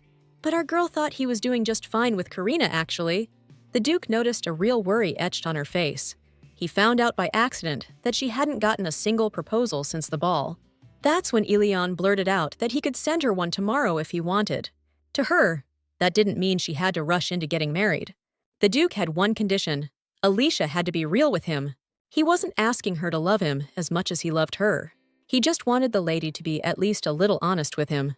When Elion kissed her forehead, he wished she'd given him the first kiss herself. So now it's obvious why the Lord's been coming around every day. It was clear as day. Elion knew it was Lorena, and that comforted her. Alicia still couldn't figure out what was so great about kissing. She knew that if she stayed with Elion, she'd never get back to her own world. The girl was a mess. Maybe she didn't even want to go back. Just then, her mother walked into the bedroom. She knew the guest was here. It was a tradition now. The lady always asked about their conversation. Without even thinking, Alicia blurted out that the Duke wanted to propose. Morelia, eyes blazing, snapped that the Duke wasn't right for them, period. So then the girl guessed it was because he was the main character, right? At those words, her mom gasped. Her daughter remembered everything. The protagonist realized her mom had also ended up in this world. Alicia, just like her, had also been reborn into this world. There was no other way the girl could explain her mother's behavior. Morelia listened, totally confused. This couldn't be happening. This had to be crazy. Her daughter's real name was Won Yoon-ji. The protagonist didn't know what happened to Alicia's soul, but she wasn't about to live out her fate. No way was she going to roll over and die like in the original story.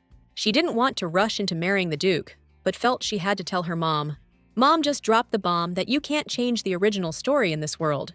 Apparently, if Alicia tries to mess with the plot, she'll get swallowed up by black flames. There's some force in this world that makes sure the original story stays on track, no matter what. If the heroine tries to change anything, that force could wake up, and everyone will suffer. Morelia wasn't about to let her daughter die. She'd been stuck in this world a long time, even before Alicia was born. Living Morelia's life, she met Jillian, and they had a daughter. They originally named her Jella. They couldn't give her a name tied to a tragic fate, but the prophecy said that a daughter born in the Uter household had to be named Alicia. That's when Morelia realized that the Alicia from the original story was her own kid. The family fought it, but eventually, Alicia's name was officially approved. The lady wanted to save her daughter no matter what, so she sent her away to Hadusha. But at this rate, Sabiel's gonna hurt her, just like it was foretold. Mom swore she wouldn't let her baby die. Truth is, she'd been planning this for a while. Meanwhile, Bernard found out everything, just like the boss asked. Her Highness hasn't spent a dime. None of her funds or accounts have been touched. We even found out she didn't even respond to the Emperor's letter. Last time she wrote, she said she was sick, and now who knows where she is. He had to find her before the wedding, so the Duke ordered them to find his mother. Out of nowhere, Bernard spotted a box sitting on the table. He said it looked like a ring box, and guess what? It was. The news that Ilion was proposing tomorrow hit like a freaking lightning bolt. To avoid the butler's nagging, the Duke dragged him out of there. Everything was set. He was ready to give Alicia the ring. Ilion was really hoping she'd dig it. The next day, the Duke showed up at the Uther family's mansion. Finally, Lady Alicia arrived, but she looked like total crap today. The boss said he's here to deliver what he promised yesterday. Milady deserves all the treasure in the world, but for now, she can have the ring. But the girl refused, and the Duke, man, he just froze. Ilion didn't need a wedding right away, just her agreement was enough. With her head down, looking all sad, Alicia said they couldn't be together. She asked him not to come back, and then she said goodbye. Ilion wasn't having that, so he grabbed her hand. The Duke hated being lied to, and Alicia's eyes were all puffy. He didn't care if she was Alicia or Lorena. Either way, the boss only needs her. He could understand if she didn't love him, but if something was wrong, he was ready to fix it. But even those words couldn't make Elise change her mind about her decision. She promised she wouldn't run, but now she was the one at fault. All the Duke wanted was for her not to act like they'd never see each other again. After that day, Ilion never showed his face at the Duke's estate again. Mother kept saying this decision was for her own good. Still, Elise never wanted to hurt the Duke. Ilion left calmly, but it reminded her of the day they first met. She couldn't tell her mother what she was thinking.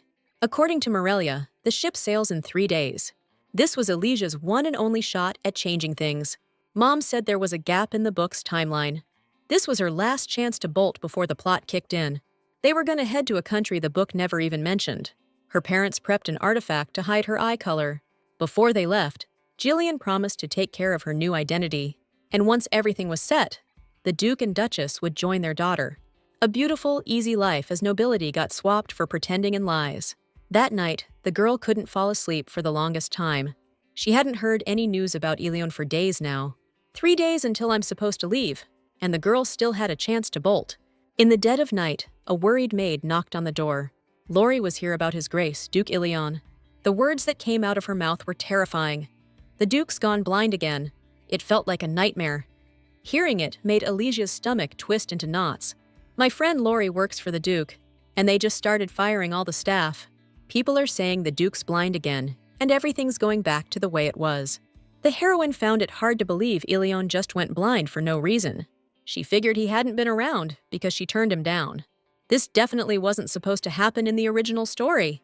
The girl even thought she messed up the herbs and that's why he went blind. Making a snap decision, Alicia turned to Lori for a favor. The girl was dead set on getting a maid's outfit. She wanted to go there. Meanwhile, the ruler prayed to the gods of odor, asking for glory and pure souls. It really was a touching sight to see. And at that moment, the messenger of God finally arrived. He ordered Elysia Uther to be announced as a candidate to marry the crown prince. According to the messenger, Elysia wouldn't return to the temple. Everything would go as it should. After that, the messenger vanished without a trace again. Even this prophecy seemed incomprehensible to the Lord. Finally finding that secret passage in his chambers, he could finally chill. Out of nowhere, the ruler took off the magic artifact. And in that instant, his true form was revealed.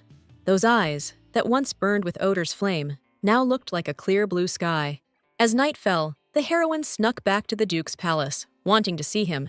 She shouldn't have let him go when he was like that. Right at the entrance, the girl ran into the butler. Alicia knew she'd vanished pretty suddenly, but now she needed to know what was up. According to Bernard, they were in the dark about the reasons too. As soon as the doors to the Duke's room swung open, he jumped to his feet. Ilion said he wasn't expecting anyone this late. Seeing the poor Duke like that, Elisha's heart just broke. Ilion recognized her voice, but he was ashamed of how he looked. Not wanting her to see him this way, he tried to chase her off. It wasn't until he lost his sight again that he realized she was right. But that wasn't it. She didn't want to hurt him. She just thought everyone would be happier if things went according to the original ending. Completely drained, Ilion told her to leave and never come back. His hands were shaking, like he was terrified she actually would. Steeling herself, Alicia grabbed the Duke's hand tight. She wasn't going anywhere anymore. Her name was Lorena, and she'd be the Duke's eyes and hands again. If she left again, Ilion wouldn't make it. She threw herself into his arms, promising never to abandon him again. It was stupid to think she could control other people's lives. The heroine couldn't leave Ilion, even if the black flames killed her. Under that white bandage, the Duke was hiding Odor's fearless gaze. Lorena was to blame for this. He didn't want to resort to these methods. The Duke was furious when he learned she left him just to set him up with someone else. All he wanted was to be with Lorena, but she was indifferent to him. Even after she left, he tried to understand. But she was the one who bailed first. Now Ilion wasn't about to let his sweet Lona go. The next morning, a maid led the Duke to breakfast. She asked him to call her Lorena, since she'd secretly run away from home. Her parents were probably already looking for her. Plus, the servants had no clue who she was. If Ilion kept her secret, then he deserved something in return. All Lorena could offer was a kiss. Not only did Elysia not answer the prince's letter, but he found out she was missing. As the servant reported, Lady Uther had run away last night. The enraged prince ordered the young man to find her immediately. That girl couldn't have gotten far, so the prince was even ready to have her snatched. Like totally possessed, the crown prince started chugging wine straight from the bottle. He figured Elysia Uther was his property. Not only was she seeing Clevant, but now she'd just straight up vanished. After downing a bunch of hard liquor, the crown prince crashed out for the night. But then, in that very instant, thick black smoke filled up his whole bedroom. A magical flash brought with it a messenger of God. Unleashing a winged raven, he decided Sabiel's time had finally come. It was time for the crown prince to play the role he was destined for. And then Elysia Uther would finally be his. Ilion's changed a lot. He used to figure out which tiles to step on all by himself. Even when he messed up, he'd just try again until he got it right. But now it's gotten to the point where he can't even wash his own hair. The Duke's become a real pain, but Elysia can't exactly tell him no. It's like he gets some kind of kick out of having the maid take care of him. He liked that she was there. He wanted her around all the time. The heroine was determined to find a way to cure Duke Ilioni. A flower that only blooms once a decade might be the answer. If Elysia could just reread the novel, she could find information about the flower. Seeing her sigh heavily, the Duke figured he'd been pushing his luck. The heroine said it was too stuffy because she hadn't been outside. Then, Ilion suggested she take a shower and go for a walk later. Uther's heartbroken parents hadn't given up hope their daughter would return. Morelia was searching for Elysia and hadn't slept in days. Jillian sent Madame to rest, promising to continue the search. Mother thought Elysia would obediently follow her. It was still too early to tell the truth. The search for Elysia is tough, But if Morelia slows down, Sabiel will become even more obsessed with her. Suddenly, she sensed someone else behind her. The Countess was furious, because Sonatek had come where he shouldn't have. There was nowhere in this world the envoy couldn't reach. He knew that never-ending feeling. She'd been waiting for so damn long. Morelia had fought like hell to protect her daughter. Terrified, the lady didn't understand why he was doing this. The truth is, Sonatek wanted her to suffer. After all, she knew better than anyone what she'd done. Finally, it was time to end her pointless excuses. The envoy was about to reveal the secret to saving Alicia when he got blasted. Gillian Uther slashed through the darkness with his sharp sword, but it was too late. Worried sick about his wife, he pulled her close. Mom was doing all right, but there was just one thing bugging her. Lona hadn't been out for ages, guessing the Duke wasn't either. Suddenly, she started scanning around for something, but with the bandage, the Duke couldn't see what. Ilan told her to head back. He wasn't feeling safe. Deep down, he knew the lady was keeping something from him. He really wanted Lorena to always be by his side. The heroine got it and suggested they go back inside. Now the Duke realized, since she arrived, Lona hadn't cracked a genuine smile once. Out of the blue, he asked if she wanted to go somewhere tomorrow. Lorena had been missing her pajamas and simple bed like crazy. The Uther ducal estate was way too fancy. She just didn't fit in. But the thing is, the magic flower's supposed to be here, and there's nothing. The heroine realized things had gone off script right from the jump. According to Morelia, she should have been toast from black flames a long time ago. My lady knows the original story, and even said she got transported into this world. Lorena's theory is that her mom might have the solution to this mess. So, the girl decided to hit her up for some help. Thinking her mom could save the day, the heroine drifted off to sleep. The next day, the weather was absolutely perfect for a stroll. The sky's color reflected in the river, and trees lined the bank. Lorena didn't even know a place that beautiful existed. They even decided to take a boat ride, even though it was kinda small.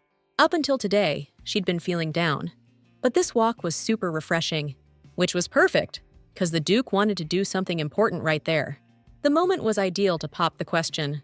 Taking off his eye patch, Elion just wanted to confess. Turns out, the Duke wasn't going blind at all. He lied and covered his eyes so Lorena wouldn't recognize him.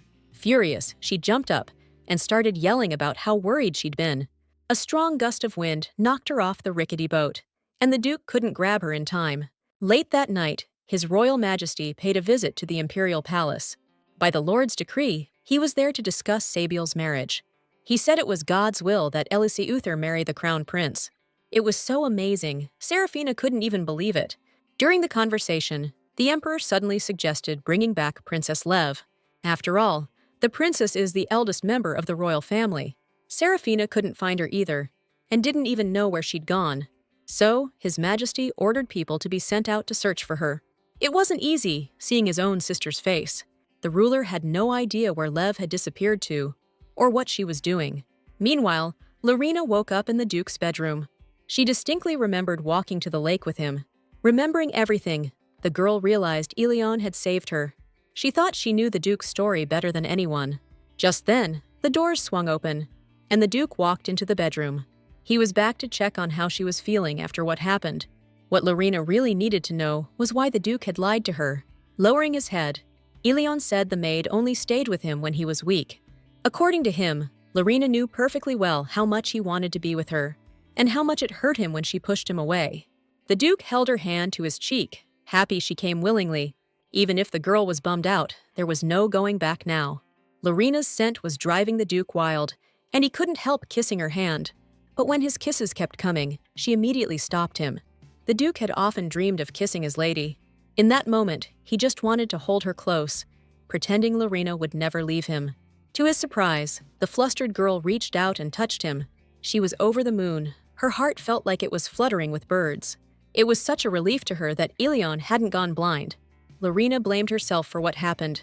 But now she wanted to protect him. Seeing the Duke happy was enough to make her happy too. Without even knowing why, the heroine just kept crying.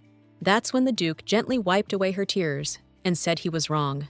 The girl really did come back of her own free will, so she didn't want to leave. She was planning on staying because Ilin wouldn't be able to handle things without her. Lona didn't want to hurt him anymore. This feeling that she couldn't let go felt a lot like love. Honestly, Milady didn't know it yet, But she was sure of at least one thing. Surrounded by total darkness, fighting for her life, the girl wished for death. She'd rather die than spend her life locked up in chains. Right when she was losing it, this girl in white just shows up in the room. Like an angel dropping from the sky. Lorena stared at her, totally freaked. The lady hanging on the wall was begging for help. You could see it in her bloodshot eyes. She was desperate to be freed. Lorena didn't recognize a woman with Odor's freaking red eyes. If nobody could help, the lady was at least begging for the sword hilt. Gritting her teeth, our girl promised she'd come back for her. The woman with the red eyes just hoped someone would find her. Lorena woke up that day in a cold sweat, totally shaken by the nightmare. She figured it had to be some kind of memory from Elise. Before long, Morelia Uther showed up at the palace to get her daughter. Against all odds, the lady was convinced the girl was inside. According to the Duke, it would soon be obvious she was staying. Ilion declared point-blank the girl wasn't going back home. His only regret was that her parents acknowledged him as her husband. Right in the thick of it, the beautiful Lorena walked into the hall. Spotting her daughter, the lady asked to speak with her privately. Panicked, Morelia warned her that the girl could end up dead. But Lona insisted it was possible to change the original storyline. The lady already said it was impossible, but her words kept contradicting each other. The heroine just said her mom tried to rewrite the story, even though she said she wouldn't. Now the girl's totally convinced her mother was hiding something from her. Hearing that, Morelia just slumped. No clue where to even start. But out of nowhere, Lorena told her not to answer. 'Cause they ain't family. She's done pretending to be Alicia. She wants to build her own damn life. Even if she can't escape this novel, that's the price she's willing to pay. Those words hit the Countess like a ton of bricks. She knew damn well the kid was gonna regret it. Soon enough, her mom left the estate, and the heroine's heart just turned cold. Morelia was the only one who understood her. Someone trapped in another person's body. Even so, Milady couldn't obey her wishes until she knew the truth. Soon, Bernard learned that Lady Alicia was actually Lorena. But right now, the Duke was talking about something else. He wanted news from Cedric. They still hadn't found Princess Lev, so Bernard wanted to send out more men. However, the Duke was sure that no news was good news. Even though Lona spoke confidently with her mother, she still hadn't decided anything. For her, just a background character. Staying close to Ilion and keeping a low profile was safer. The priests believed that fate was like a book, and people were just pawns in a god's chess game. But Lona didn't get why everyone kept saying that fate was predetermined. She got to choose who she talked to and hung out with, period. Ever since she was a kid, she heard everyone talking about fate being written in books. All that little girl wanted was for her mom to tell her she did a good job. But it was her life, her choices. So their words were just total BS. Stuck in that temple, little Lorena always missed her mom and dad. One day, the high priest noticed her and asked why she wasn't in the dining hall. That's when the girl finally worked up the nerve to ask if you could change your destiny. I mean, she was the one deciding where to go, what to do, nobody else. She was terrified they'd kick her out of Hadusha for saying something like that. Like the priest said, people like to think they're in control of their own future. But the truth is, it was already decided. 'Cause this whole world was just a book. After their chat, the master asked the kid to join him for lunch. She was craving tomato soup, but they were having stew. That's just how it goes. The priest said fate's set in stone. Can't be changed, no way around it. Lorena didn't eat any of that potato stew that day. She believed she could flip the script on her destiny. That night, the girl cried into her blanket. From hunger or missing her folks, who knows. Later that night, the Duke and the maid were grilling meat behind the mansion, near the army camp. Elian figured the girl could use some fresh air and a bite to eat. The heroine was really touched that the Duke was also worried about her after yesterday. Lona was chillin' by the fire when she suddenly spots this pendant. It's a compass, a super rare one that points the way even when there was no way. This thing was precious to the Duke. It saved his hide in a sandstorm once. But get this, the guy actually let her keep it. Their destinies are linked, so it had to be with her, you know? Lorene had a hard time accepting a gift like that. Loving someone felt so weird. It's weird getting less joy than you give. Ilion stepped away for a sec, but when he got back, everything was trashed. Lady Lorene was gone, vanished without a trace. Unbelievable. Only the messenger of God knew the Duke was already too late. Lorena's already been stuck in this story way too long. Their next meetup's gonna be at a funeral. That's just Ilion's destiny. This time, the messenger was definitely planning to get rid of Won Yunji. After meeting her daughter, Morelia realized she'd screwed up. Jillian suggested marrying the girl off to the Grand Duke, but Madame insisted the prediction never actually came true. Dinner's soon, so Morelia promised to come down later. She couldn't tell Jillian that Ilion was the main male lead. The Count had no clue this whole world was inside a book. Every time she returned from Hadusha, Madame made notes. She used to go through these with Alicia. Flipping through the records, she suddenly stumbled on a drawing her daughter made. Back when she was a kid, Alicia drew a picture of her favorite mom. And now that same kid's disowned her own mother. Everything the lady did for Alicia was selfish. That evening, Ilion brought bad news to the palace. Lorena was missing. He said the girl just vanished in the garden. Right then, a servant came running full speed, having grabbed a carrier pigeon. The message said Lona had been kidnapped, and it mentioned the Crystal Palace. Realizing the girl was there now, the Duke's eyes widened in horror. In that moment, it was like they both understood something awful had just happened. Lorena had to avoid Sabiel at all costs, but now he'd straight up kidnapped her. And now, Morelia Uther's daughter could actually die. All she wanted for Lona was to escape the death that was written in the original story. That's when the lady decided to reveal that she was from another world entirely. Waking up in a weird place, the heroine's head was pounding. The Crown Prince was super stoked that she was finally awake. He stuck the key in the lock and told her she could call him Sabiel. Finally, they were alone. The Crown Prince had been waiting for this day for ages. Confused and terrified, Lorena cowered in fear, pressing herself against the wall. Her body was so stiff, she couldn't even twitch. The heroine's mind was a blur. She realized the prince had slipped her something. This time, Sabiel came prepared. He wasn't gonna let his prey slip away again. It was happening again. The Crown Prince was threatening her with a knife. It seemed impossible. They were totally alone in there. But our girl wasn't having it. She knocked the knife right out of his hand. Just then, a huge crash echoed, like a whole squad of knights had busted into the room. Fearless Ilion told Lona to speak up about what she wanted. Seeing him, Sabiel froze solid. The Duke wasn't about to stand around and chat. He shoved that scumbag away. Finally, Lona's rescuer showed up, ready to take her back home. Like he was possessed by Lorena, the Crown Prince went nuts trying to snatch her. As they bolted for the exit, she couldn't figure out how the Duke even got there. With every step, her head was getting cloudier and cloudier. Strong as hell, Ilion scooped her up so she could get some rest. Now he had to haul ass back. Fuzzy pictures flashed in her head. Distant voices echoed around her. When she came to, she had no idea how she'd gotten there. Lona thanked the Duke and asked how he'd managed to show up. Ilion looked totally lost, like something had spooked him. Best hash this out with Morelia, so the Duke dipped out. Out of nowhere, Mom drops that she needs to tell me something. Truth is, her real name is Won Yunji. The heroine thought it was complete BS. She couldn't buy it. Not Lona, but her name was Won Yunji, and she's from another world. Her days as a regular girl were spent reading novels on her commute. Lorena's memories were so vivid, she couldn't figure out what was going on. But she couldn't remember her student ID number or the first company she worked at. Everything the girl mentioned, Morelia had told her when she was a kid. When Lona joined Hadunshi, her mom told her about another world. When the heroine said she was from another world, Mom thought she'd finally cracked. Of course, the girl was Elise, daughter of Morelia. Her head was spinning. All she wanted was to live in another world. Just the day before, the lady confessed she wasn't from around here. In Morelia's homeworld, there was a book of prophecies. It tells the story of Ileon Clevante, because he's the main character.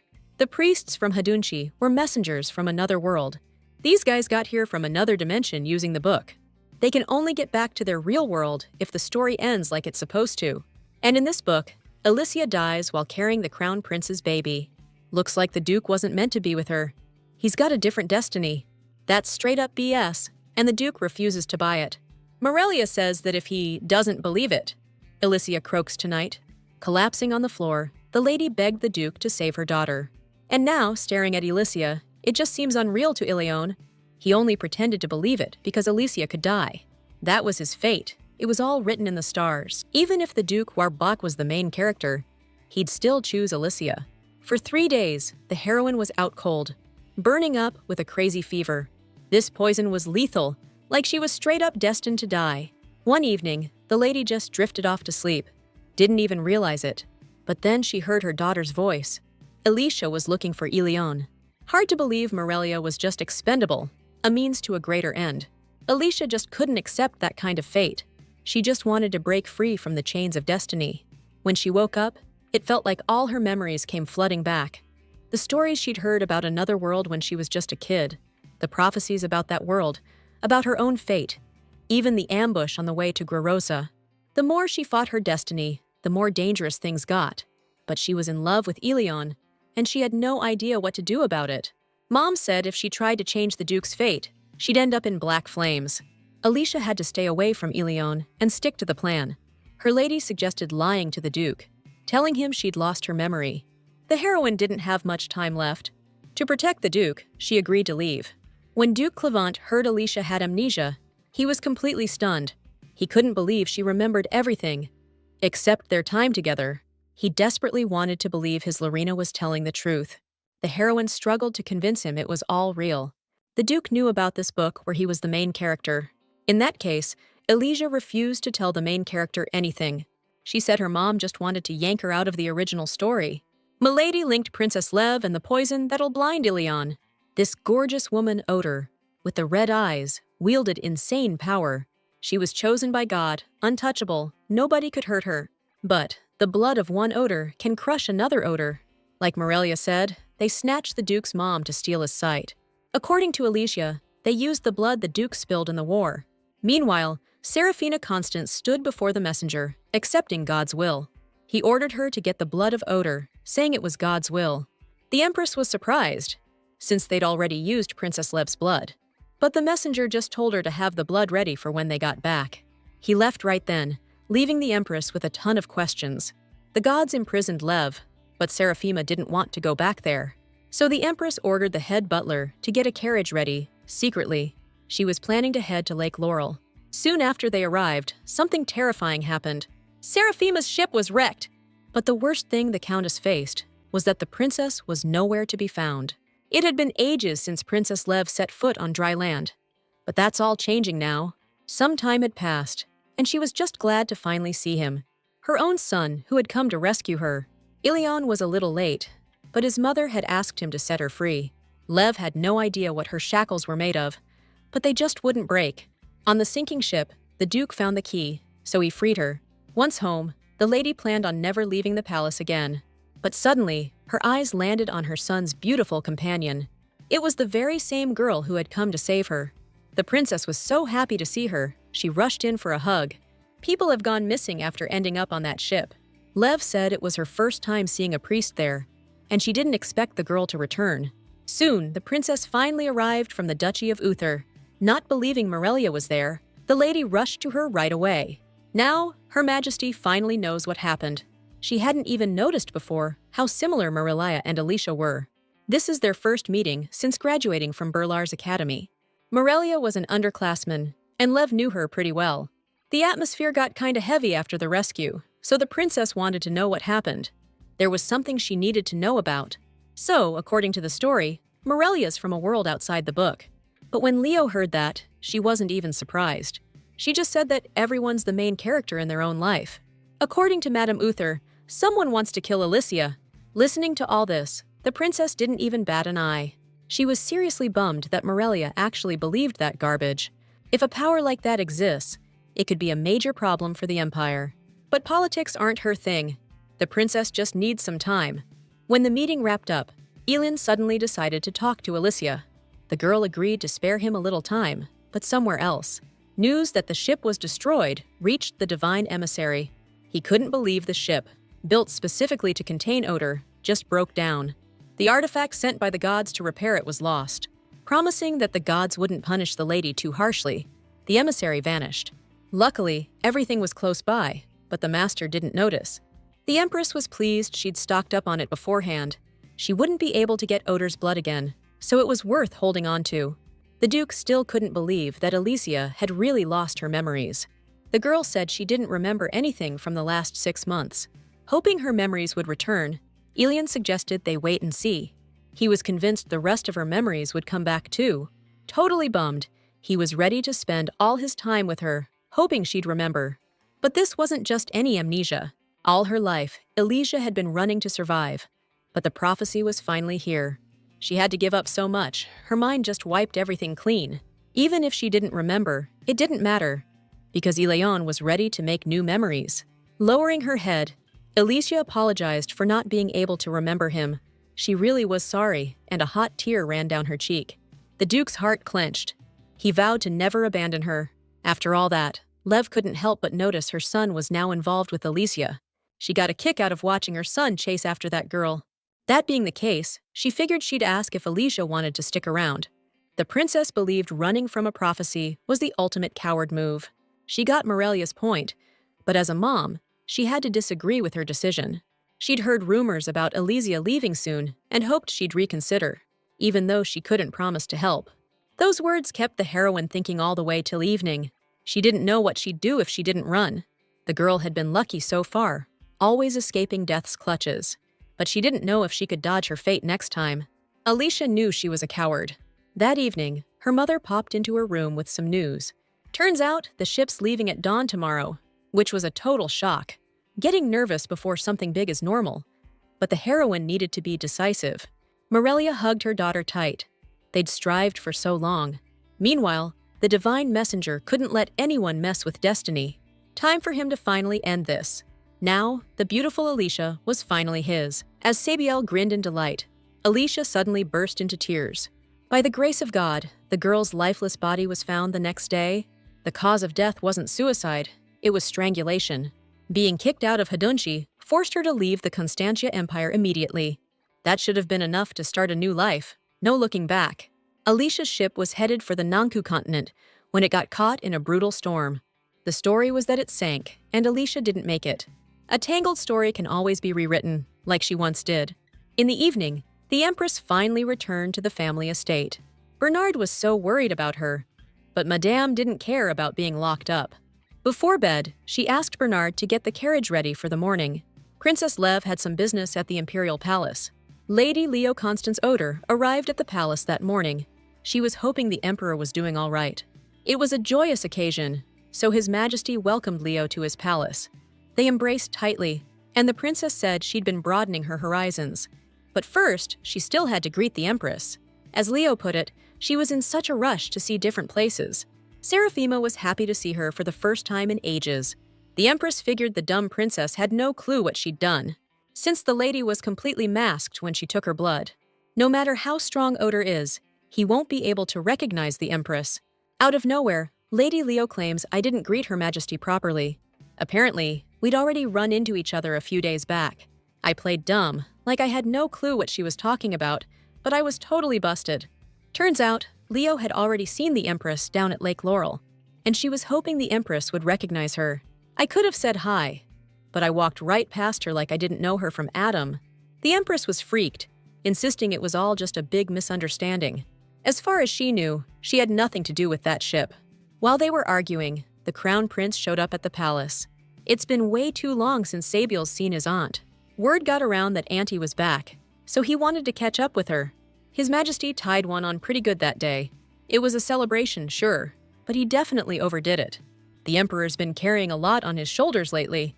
Seeing Lev felt like a weight lifted, like things were finally getting better.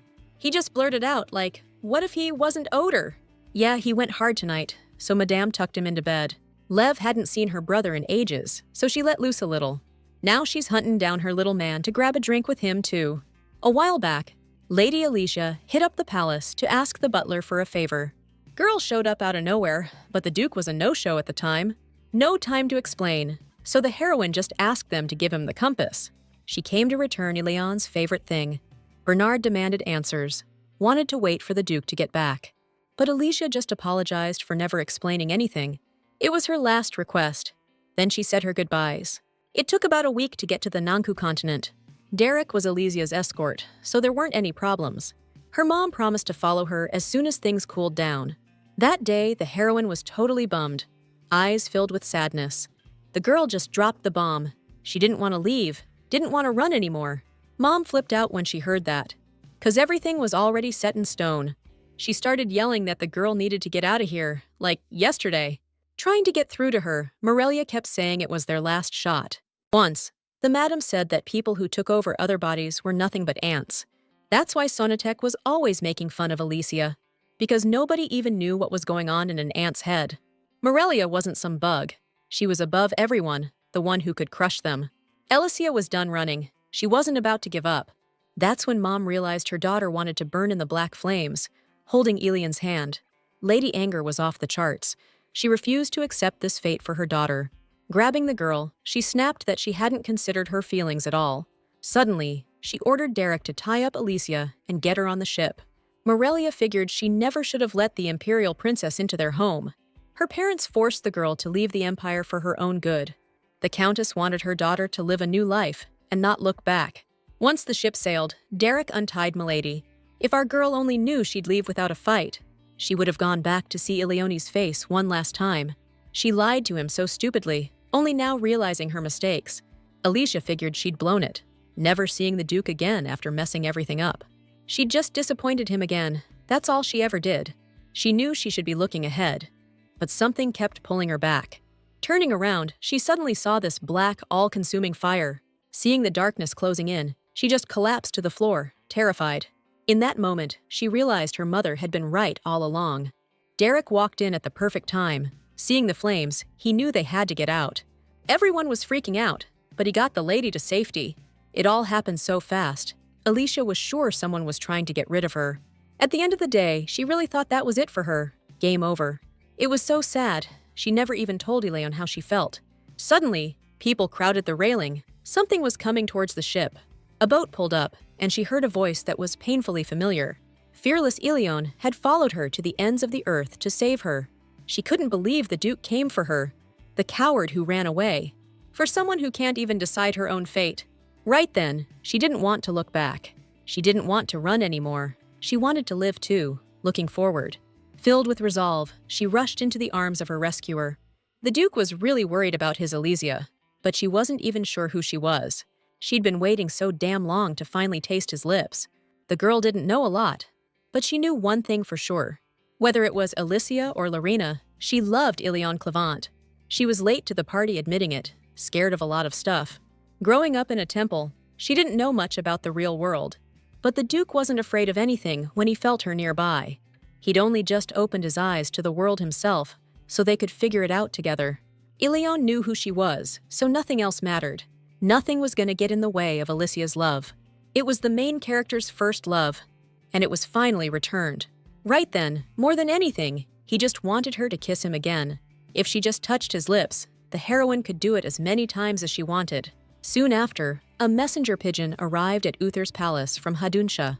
The letter talked about Lone, about the original story changing, where Alicia was dead. Morelia read every line, her eyes wide, and collapsed on the floor, terrified. She realized someone messed with the original, and Alicia really was dead then. Seeing her state, Jillian immediately took the lady to her room. He was so worried. He would have done anything to help. Morelia didn't know what to do, because she still hadn't saved Alicia. She realized Sonatek should have been killed sooner. Thinking Sonatek wouldn't get obsessed, Madame just vanished from the original story. Even 20 years ago, she never would have imagined he'd turn out like this. Back then, Sonatek showed up out of nowhere and said he'd change the original. He claimed Alicia was still alive, but that she wouldn't be for long. The messenger said there was no way to save the girl, but he could offer mercy. If Madame asked, he'd save Alicia and make her the main character. Morelia roared, furious, saying her daughter was innocent. Those words made Sonatek think she was just a brazen old hag. He said the reason they couldn't get back to the real world was all Morelia's fault. Blinded by her pathetic love, she's the one who changed the original story. Alicia's only crime was being Morelia's daughter. Sonatek figured proving her pathetic love was a sin she should be proud of. Originally, Lady Morelia was supposed to be the main character, and the one who dragged her fate through the mud was none other than her own mother. Won Yunji was the author of the original novel, Flower of the Blind Beast. Honestly, the lady should have been grateful to Sonatek. After all, she got to stay a beloved mother until the very end. And then Lady Uther had to decide. Condemn Ileone to death, or send her husband to her daughter. That's why the messenger wanted to make her suffer, to ease his rage. Because Won Yunji brought all of this on herself. That's right, she's the one who picked Ilion, and she orchestrated everything. It all started when Won Yunji possessed the Flower of the Blind Beast. She's the reason all this went down. She changed the fate of both the main character in this novel and her own daughter, Alicia. Because it was Morelia herself, that's how it was sealed.